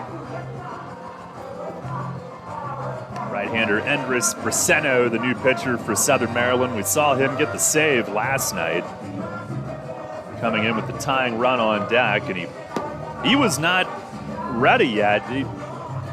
They did not have him loosening, and then things started to turn against Daryl Thompson. They got him up very briefly.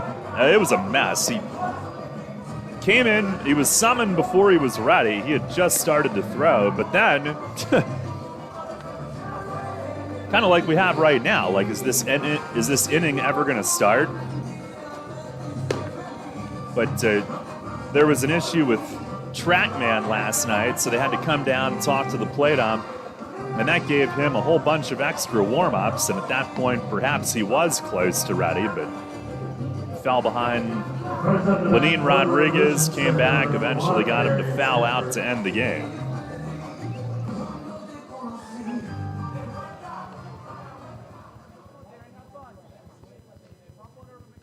Did get the save. That was his second of the year, and he is on here in the 8th tonight. 2-run lead. Darian Sanford will lead it off. 0 for 2 with a walk. McAdams drawn in at third. First pitch is up. And Braceno's been a go-to arm. And now you get to the 8th inning trailing. You're looking at going up against him and then Latos. 1-0. That is high. Braceno 2-3 with a 1.62 ERA. 2 saves and 5 holds in 28 outings. And opponents have hit 190. 41 Ks to 11 walks in 33 1/3. He fires. Fastball, it's high. A ball away from having the tying run at the plate right away.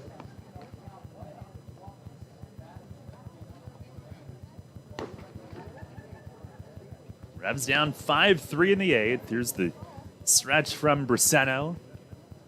3-0. Oh, look out. Almost hit Sanford in the feet as it somehow went whizzing past his ankles all the way to the backstop. And it is a walk on 4 pitches to start the 8th. And Braceno has not been terribly wild this year, but he was there. Here's James Harris, who's 1 for 3, infield hit and a walk. Revs are out hitting the Crabs 8-7. Also have 6 walks to Southern Maryland's none. So far more base runners tonight, but far, far more left on. First pitch to Harris, fastball, that's a strike. Remember the store, Far More? Pharmacy, I think. Takes me back.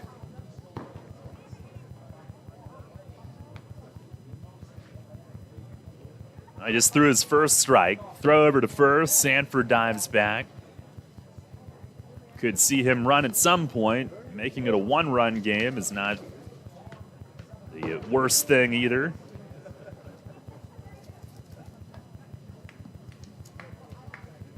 Briseno, 6'5" righty, native of Maracay, Venezuela, and steps off. Sanford waves him off. Waves somebody off.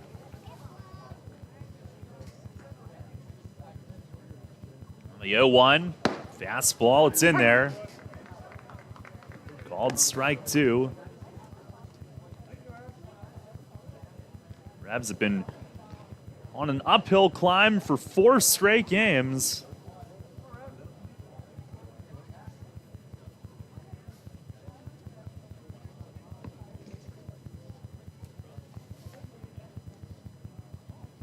Here's the 0-2.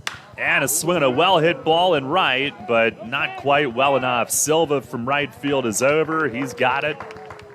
And that's out number 1. It looked and sounded like pretty solid contact, but right field here is so deep.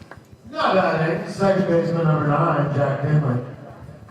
This date in York baseball history brought to you by York County History Center. Visit online at yorkhistorycenter.org. On August 18th, 2009, Revs got the 100th win in stadium history, and Andy Etchebarren's first as manager, beating Southern Maryland 7-4. Here's Jack Kenley, and music was still going. Kenley 0 for 3 with a walk. Also, this date, 2015, Revs got the winning run on a squeeze play in their last at-bat here. Second time in a month they had done it, both here. Wilson Valdez squeezed with 1 out in the 11th. Revs 1 down here, 5-4. There goes Sanford. Pitch to Kenley is a called strike. Throw to second late. Baca grabbed it on a hop and tried to pretend it had gotten away, but Sanford not biting on that. He steals his 44th. It's our Harvey's Rental steal of the game. Visit Harvey's at 1409 South George Street for all your steel power equipment needs. And now base hit could at least make it a 1-run game. League leading 44th steal for Sanford. The Revs league leading 97th as a team. Pitch to Kenley. It is a fastball missed inside. 0 for 3 tonight. Does have a walk. Has been held to 0 for 13 now the last 4 games. Due to break out again. Pitch. That is outside. 2-1.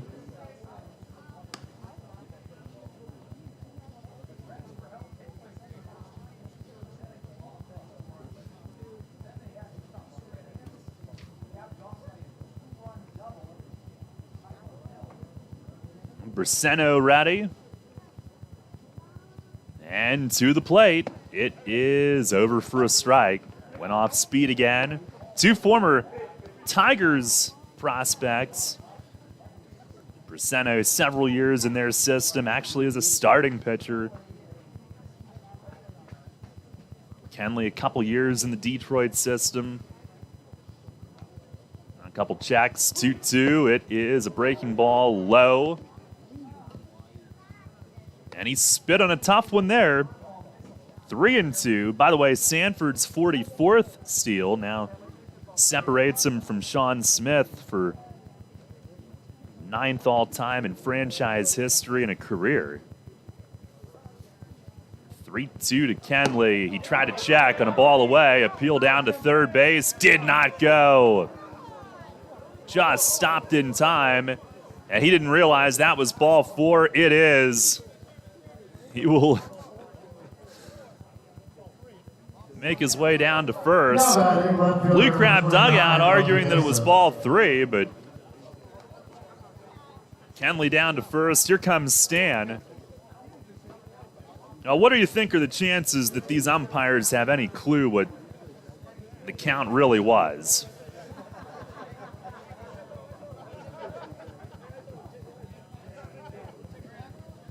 Now, whatever Polo said down at third made the entire Blue Crab dugout bust up. Now, the second walk of the inning. And here's Mesa. Tying runs are on, and Malky, the go-ahead run to the plate here in the 8th. First pitch, he swings and misses. Good rip at a hook. He's 0 for 3 with a walk tonight.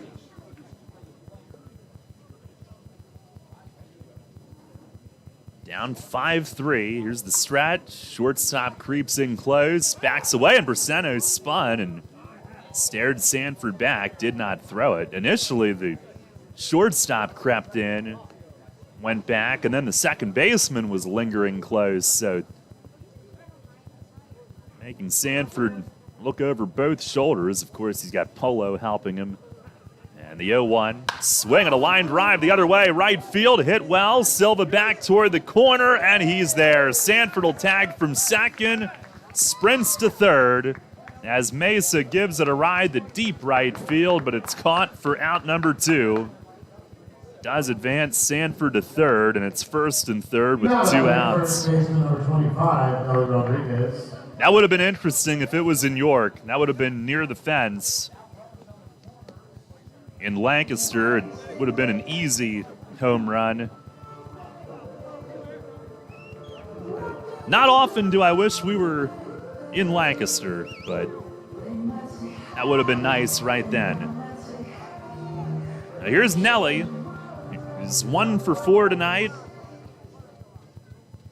Singled last inning. Hitting streak extends to 9. First and third, pitch to him. He swings and he grounds it to third. McAdams is there, throws to second, gets the out. Inning over. Nelly hit it sharply, but right on the ground, right at third. And McAdams handles it.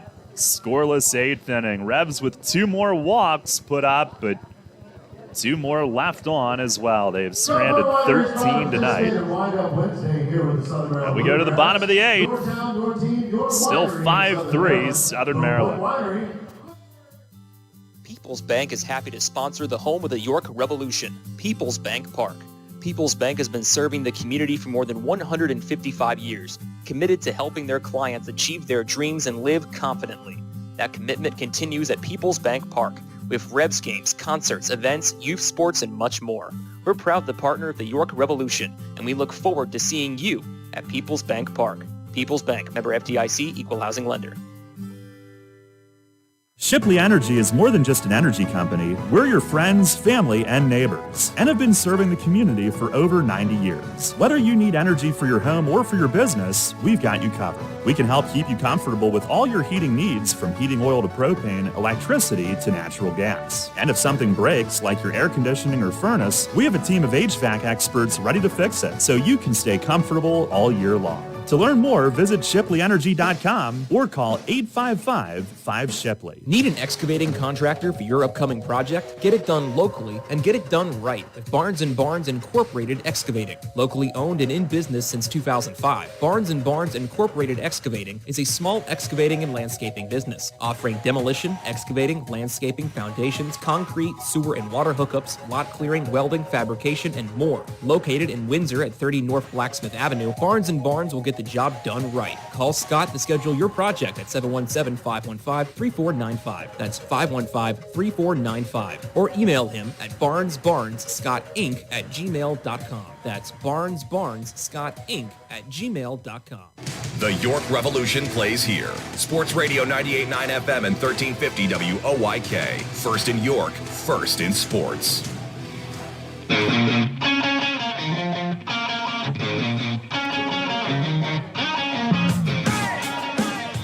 Now to the bottom of the 8th, Israel Cruz takes over. Been a while since we've seen him.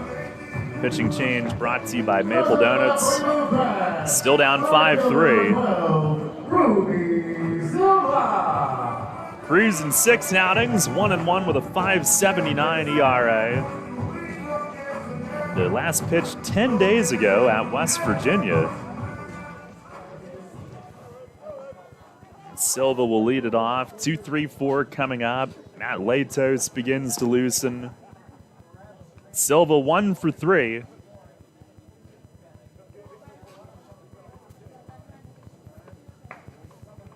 And he asks for time and backs out.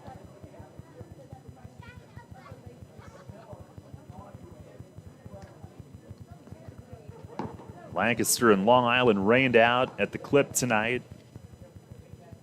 Cruz with the pitch and a swing and a foul back off the netting on our Heritage Lawn and Landscape Care look around the league. Earlier today, High Point beat Lexington 5-4 for a 6th straight win. And they might be tied for first soon in the Atlantic League South. Pitch, swinging a foul tip. Change up there, glanced off Hill and on back. And, West Virginia leads 7-2 at Gastonia in the 7th. They've gone in front. Power trying to end a 4-game skid and end Gastonia's 3-game winning streak, and they would get to within a game of first. Pitch to Silva is in the dirt, splitter. So that would tighten things up even further in the South. In the North, Lancaster rained out. A Southern Maryland win would get them within half a game. And it would be their 6th in a row, 5 in a row in second half play. They also had a first half makeup over the weekend that they won. Long Island 2.5 back. York would be 4.5. Pitch to Silva, bounces up there. 2-2.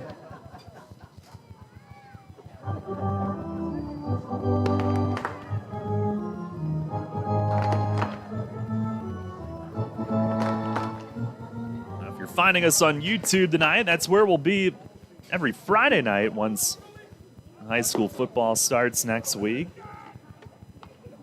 Get those games on radio on Fridays. We'll be on YouTube.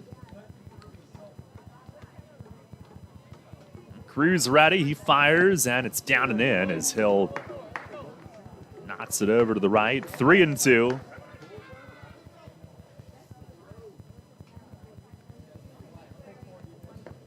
Revs in the 9th will have a pinch hitter, then Herrera, then Gregorio. So it'll be, I'm sure, Dundon, Herrera, Gregorio against Latos. Cruz the payoff, and a swing and a liner the other way toward the Blue Crab bullpen. Now, the guy that's foul, the guy that's guarding their catcher, whoever it is with the hoodie on, started to go for it, realized, that's going to hit the corner of that cutout angled wall. So he backed away, and it carried all the way out toward Gregorio at short, and it smacked right next to it. Blue Crab seated down there. Another payoff. And a swing and a high towering drive to deep left center. Sanford on the move at the fence. It's Mesa, and it hits high up off the fence. Did it go out? Gregorio says throw it in. Silva thinks it went out.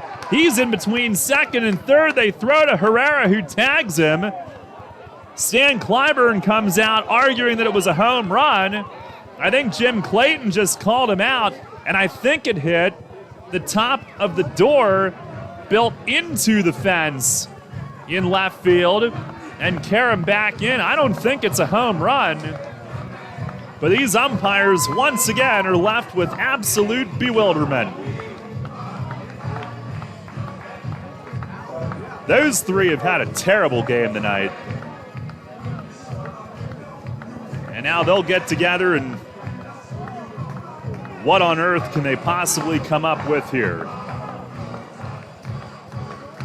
That looked like it hit the top of the Dairy Queen ad on the double doors that open to the groundskeeper area and left.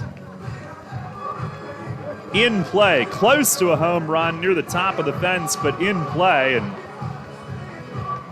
Mesa ran out of room, backing up. I think he thought it had gone over and then bounced back in. And Gregorio saw it. He was the only one paying attention. From the infield anyway. These umpires have no idea what they just saw. Well, they didn't see anything. That's the problem. And Gregorio's frantically telling them to throw it in. Jim Clayton over to talk to Stan Clyburn. I think he did signal out at one point, almost like a just in case, unless my cohorts overrule me here, better call something.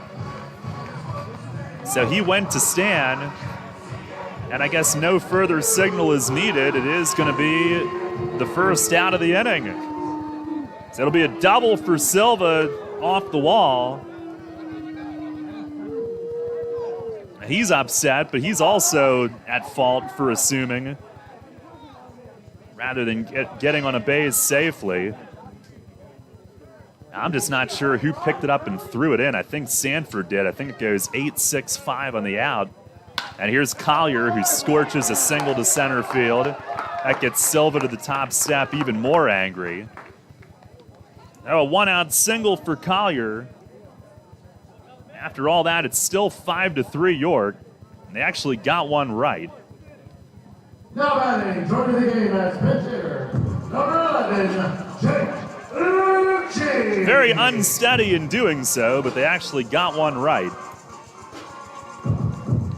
Here's Jake Lucci to pinch hit.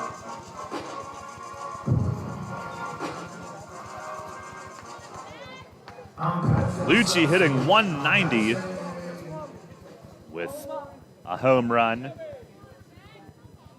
1 on, 1 out. Pitch from Cruz, it's splitter, and it's a called strike. And Lucci goes stomping away as he thought it was low or inside or both. Collier 5 steals, been caught twice this season. He is the runner at first. Cruz trying to hold it at a 2-run game here in the 8th. Now deals and a fastball missed high. Silva came just a few feet from maybe 2 feet from extending the lead and homering again. Cruz the 1-1 and a swing and a miss, a high fastball. Pretty good jump on that one. 1-2.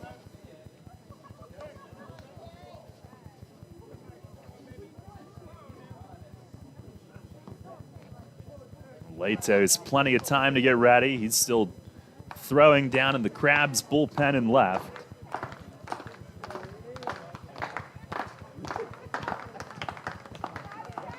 Cruz staring and Lucci motions for time.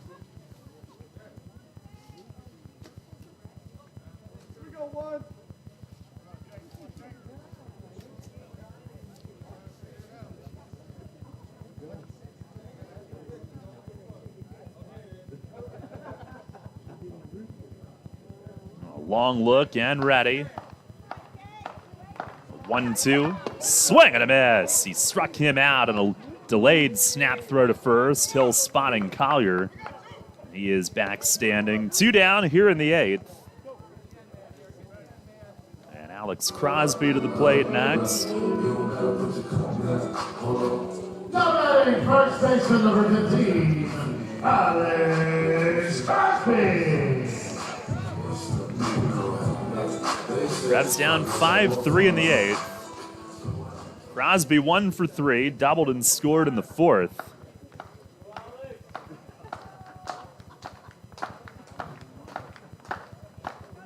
Cruz with the pitch. Look out. Did that hit him? It did. It hit him in the feet. Runner Collier scampered to second, and they were telling him, take your time. Cruz isn't so sure. He's questioning, but yes, it did deflect off Crosby's cleats. It's a hit by pitch. Well, that'll make it First and second for Josh McAdams. By the way, last night began a 38-day time period in which these teams will play each other 16 times. So Rebs better get some wins against this team if they don't want to be eliminated early. McAdams 0 for 3 tonight. Cruz with the pitch. Fastball in. Made McAdams flinch. Cruz a little bit wild. It's his first outing in 10 days.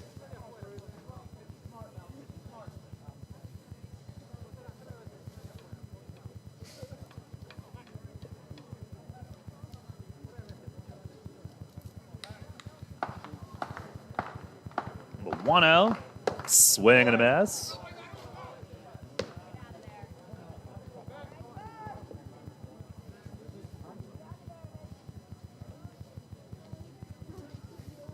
Rebs won the first 2 against Southern Maryland this season, but 1-7 since. They've dropped 5 straight head-to-head.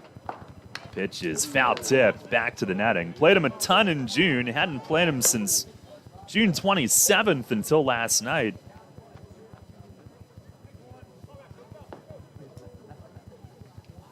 By the way, I located that bee that I killed last night. Somehow it was on the table here. So, like, right next to my food. But he can hurt no one. Big swing of the stat pack took care of that as McAdams takes a step out. I knew those printouts were good for something.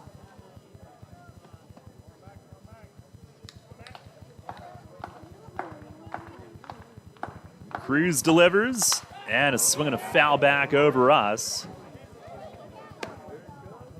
Crabs with 5 runs, 9 hits, 2 errors. Rebs 3 runs, 8 hits, 1 error. Once again, York trailed early. They've never caught up. It's 3-0 after 2. Uphill claw all night. Pitch is swung on a miss. He chased it in the dirt. Hill gets a piece, takes his time, guns to first, and McAdams almost blocking Nelly's path to receive. He had to reach in front of the runner, peering around the runner to see it. Caught it and got out of the way. Inning is over. No runs, 2 hits, 2 left. Last chance for the Rebs tonight. We go to the 9th. It's 5-3 Southern Maryland.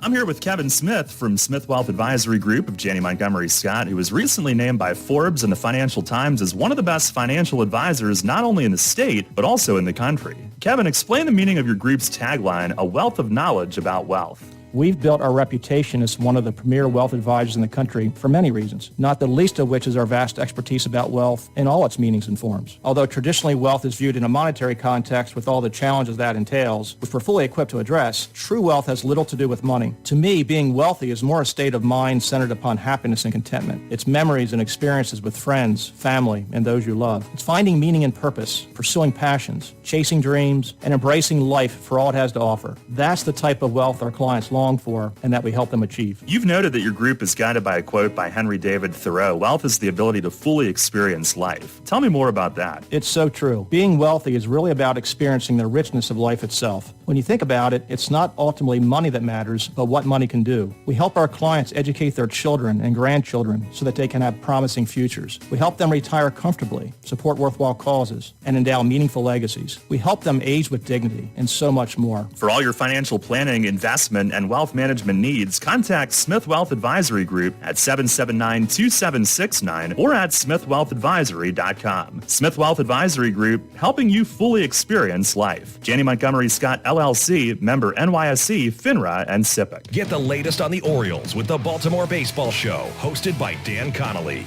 Mondays at 6 on Sports Radio 98.9 FM and 1350 WOYK.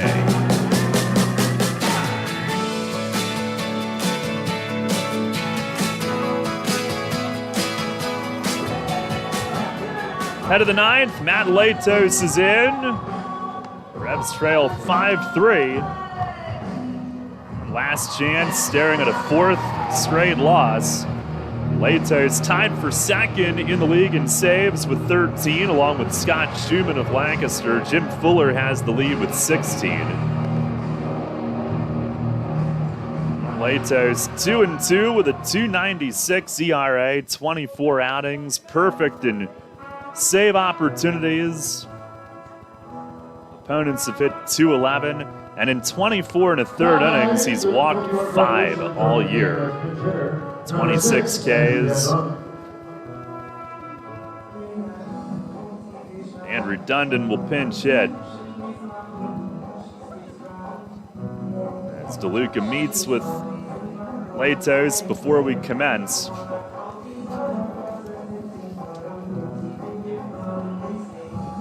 Dundon hitting .237, 3 home runs. As a pinch hitter, 8 for 18, 3 doubles and a homer. And looking to get something started here in the 9th. Latos, the 6'6" righty, funky delivery, he's ready. And it delivers home a fastball strike, outside corner. Not too many guys look like him with the arm path. Straight down under the right hip and then straight over the top like a pitching machine. It's the 0-1. And a check from Dundon, appeal to first. He did go on a split. No balls, 2 strikes. As Latos quickly gets ahead. Big league vet, 11 years in the majors.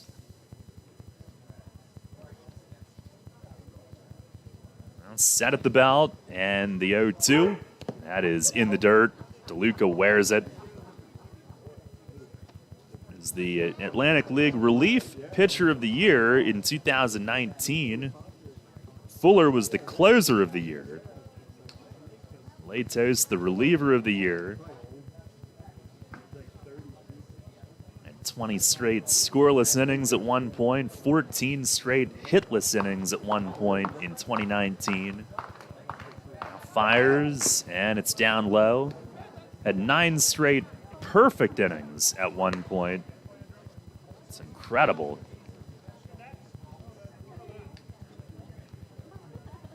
Early in his career in the big leagues, 2010, he was 8th in NL Cy Young voting. He's a starting pitcher in the majors early in his career. Now fires, and is swinging a foul off to the first base side. He's now 33 years old. 6'6" righty, 11th round pick of the Padres in 2006. Out of high school in Florida.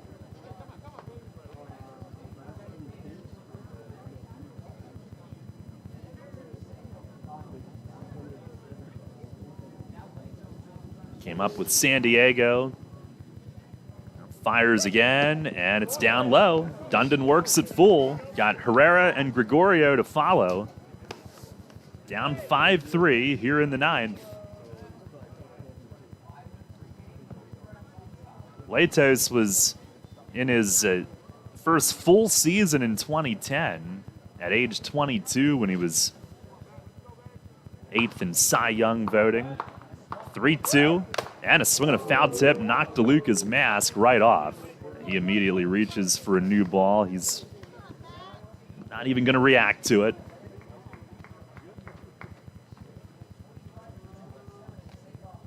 And in that 2010 season, Latos was 14-10 with a 2.92 ERA for the Padres.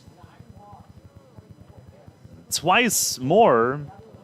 2012 and 13, 2 other years he won 14 games. That was with Cincinnati both times. It's also been with the Marlins, Dodgers, Angels, White Sox, Nats, and Blue Jays. Pitch, and it's swung on, fouled away. Off to the right field side as Dundon continues to battle. Was last in the majors for 3 starts with the Blue Jays in 2017. That was his 8th different major league team.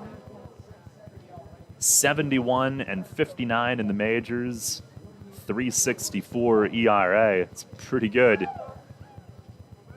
about always a starter. He fires, and it's up and in, and Dundon fights his way on to start the 9th. Just the 6th batter all season to work a walk against Matt Latos. And the Revs tonight have drawn 8 walks in this game to go with 8 hits. That's a combined 16 base runners to Southern Maryland's 9, which have all been on hits, no walks, but York has stranded 13. Here's Herrera. It'd be better late than never. First pitch to Josue. It's a fastball for a strike. He's 1 for 4.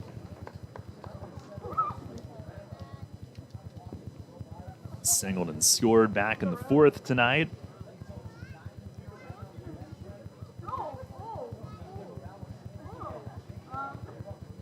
The 0-1, and a swing and a foul tip into the mid.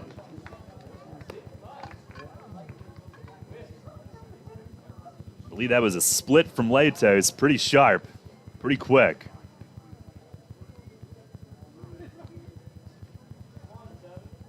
Oh, 0-2.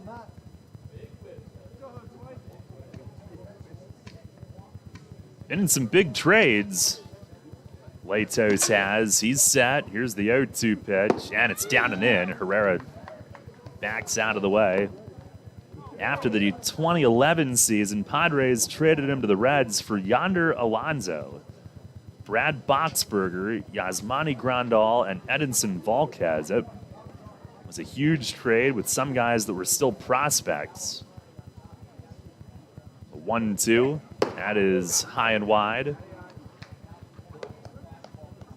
3 years later, the Reds traded him to the Marlins for Anthony DeSclafani and Chad Wallach.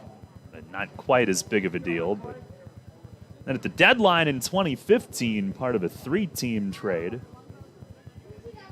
2-2 to Herrera, swinging a foul tip down against his foot.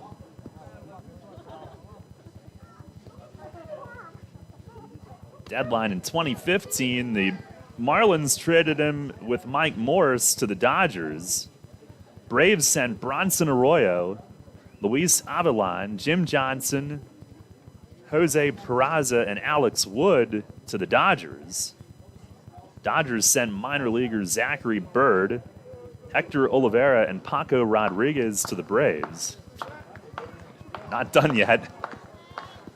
Pitch to Herrera in the dirt, and DeLuca sliding to his right to get in front.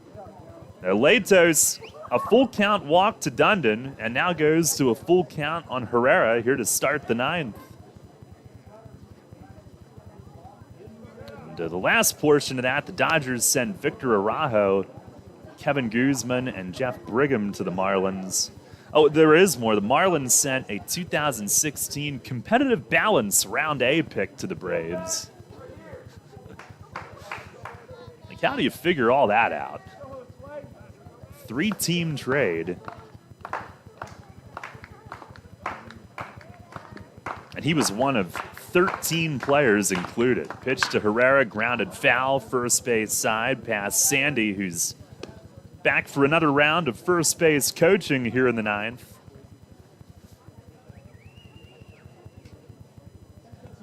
Three and 2 it stays.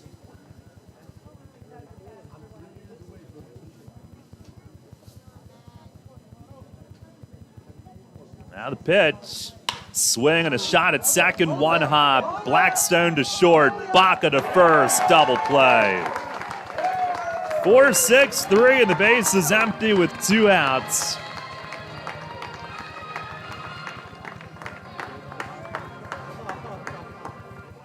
And just like that, Revs down to their final out tonight. Took Latos his 17th pitch to finally get it out. Not only that, he gets 2 of them. And once again, the Revs need a base runner to have a chance. Here is Osmi Gregorio, who tonight is 3 for 3 with a walk and 2 runs. First pitch swinging, he lifts it in the air, shallow right. Blackstone from second is out, and he's got it, and that's it. And the Revs, who battled Latos to try to make some noise here in the 9th in a matter of 2 pitches, He gets the final 3 outs, and just like that, the ball game is over. Blue Crabs have taken the first 2 as they win the night by a final score of 5-3. Latos with his 14th save, and Revs drop their 4th in a row and will try to avoid the sweep in the final game of the road trip tomorrow night. Blue Crabs, meanwhile, have won 5 straight in the second half to get to within half a game of first, and 6 straight overall. 5-3 is the final score. Stay tuned. Post-game show is coming up next.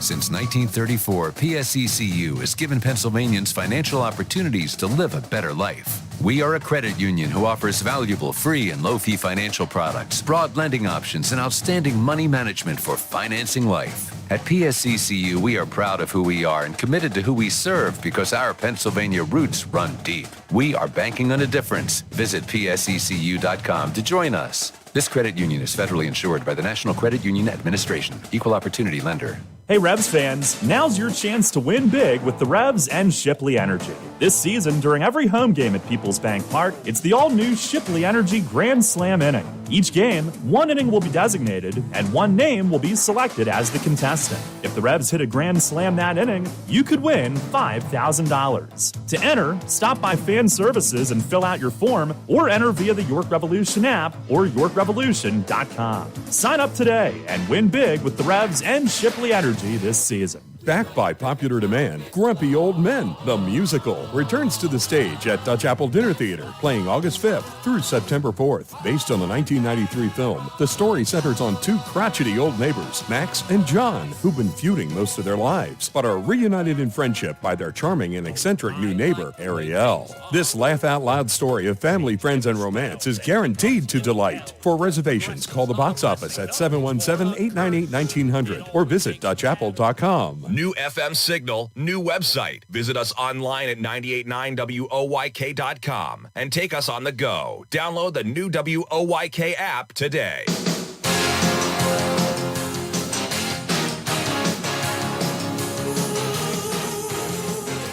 Now, another frustrating night here in Southern Maryland and on this road trip. After the blowout win in the opener, Revs have dropped 4 in a row now and fall to 3-9. In the second half, with tonight's defeat, Southern Maryland improves to 7-5. They also go to 38-34 overall. Revs fall to 29-43. And we recap things here tonight. Once again, it was the Blue Crabs scoring first, and they did it in the first inning. Zach Collier, a 2-out solo home run the other way to left for a 1-0 lead. Then scoring twice more in the second inning, Michael Baca, an RBI ground out, and also a run scoring earlier in the inning on a Josue Herrera throwing error, and that put the Revs in a 3-0 hole at the end of 2.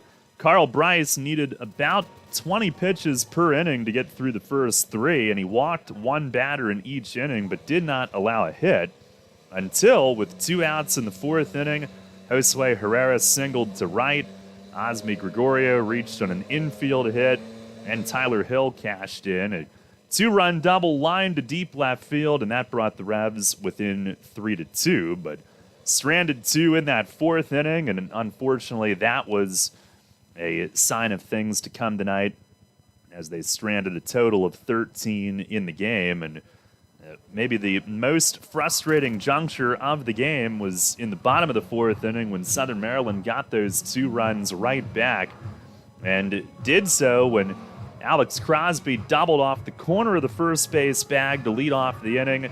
Duke Von Schaman worked his tail off to prevent him from scoring and had him at third with 2 outs and was a pitch away from getting out of the inning without that run scoring, and it looked like he had made that pitch on a little squibber along the line at first base. Duke came over to pick up and flipped to first on what he thought, and I think Hill thought, and some other Revs down there thought, was a fair ball on the line, would have gotten Cesar Trejo to end the inning, and Jerry Burish, and this was a metaphor for the night, the plate ump, and the entire crew just looked at it like they had no clue, just didn't even know what to call, didn't know what they saw. And it was about the least convincing umpired game I can ever remember tonight, just in terms of not knowing what they were going to call and how unsure they seemed of themselves. And after a debate and a lot of staring around and looking at each other, they called it foul. And Trejo's at bat continued, and he ended up cracking a 2-run homer to left a couple pitches later. And those were the 4th and 5th runs for Southern Maryland, and those were the ones that ultimately won it tonight. As Trejo, coming into this game, he had homered 6 times with High Point, only once with Southern Maryland in about the same number of games. But tonight, his second Blue Crabs home run. So that made it 5-2.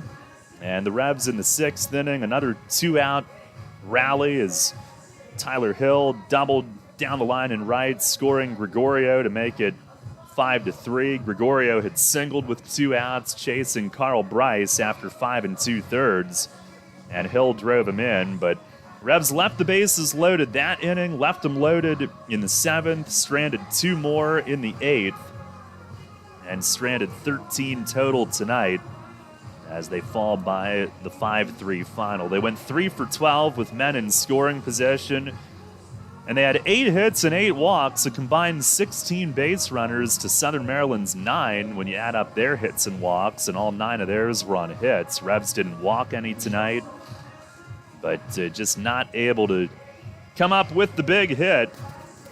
And Revs have been held to 3 runs or fewer in every game since the 16-run pounding on Friday when this road trip started. The final totals tonight for York: 3 runs, 8 hits, 1 error, 13 men left on base. Southern Maryland: 5 runs, 9 hits, 2 errors, they leave 4. Carl Bryce, the winner, he's 2-2. Duke Von Schaman, the loss, 4-6. And Matt Latos with his 14th save. Time of the game, 3 hours, 19 minutes, played in front of 1,997 here at Regency Furniture Stadium tonight. Your Kochman Kunkel Insurance Group player of the game, Tyler Hill, who drove in all 3 for the Revs tonight. 2 for 4 with a couple doubles, 2-run double in the 4th, RBI double in the 6th, and he is now 8 for 15 on a 6-game hitting streak. Unfortunately tonight, that comes in the loss. We'll take a look at Atlantic League scores one last time, since we're on YouTube only at this point. Knocked off air due to the storms back in York, so hopefully that's all repaired by tomorrow and that everybody stays safe back home with some torrential downpours and nasty weather at home. But in the Atlantic League, earlier today, High Point beat Lexington 5-4. West Virginia leads at Gastonia 7-2 in the bottom of the 9th inning. And Lancaster and Long Island postponed due to the weather back home in Pennsylvania. So in the Atlantic League North, Southern Maryland now within half a game of Lancaster for first. They'll be playing each other a bunch coming up as well. Long Island 2.5 back, Revs 4.5. And in the Atlantic League South, Gastonia looks like they're about to have their 3-game winning streak snapped. High Point will pull into a tie for first. West Virginia will be within 1. If they finish that lead, they will snap a 4-game skid. And Lexington, they're already in the postseason, but they would be still 3.5 back, having lost their 5th in a row earlier today. Well, 5-3 the final tonight. Revs will try to get one more win on this road trip tomorrow. It's a 6:35 first pitch. We'll come your way with the pregame beginning at 6:15, and it'll be Joey Lara coming off that outstanding performance in Friday's opener in Gastonia. He is 1-0. He'll face right-hander Blake Bivens, who's had some gems here of late. He's 2-2 for Southern Maryland. And then it's back home for the weekend before going away again midweek next week, and then back home finally for an extended stay after that. But one more game on this road trip tomorrow, and again, 6:15 we'll be on the air with the pregame. Hope you can join us then. Part 2 of our Tyler Hill interview airing tomorrow night. Until then, Daryl Henry saying so long from Regency Furniture Stadium. Once again, your final tonight. It's the Blue Crabs 5 and the Revs 3. Thanks a lot for listening. Enjoy the rest of your Wednesday night. Now, we'll talk to you tomorrow at 6:15 for the pregame back here in Waldorf on Sports Radio 98.9 FM and 1350 WOYK.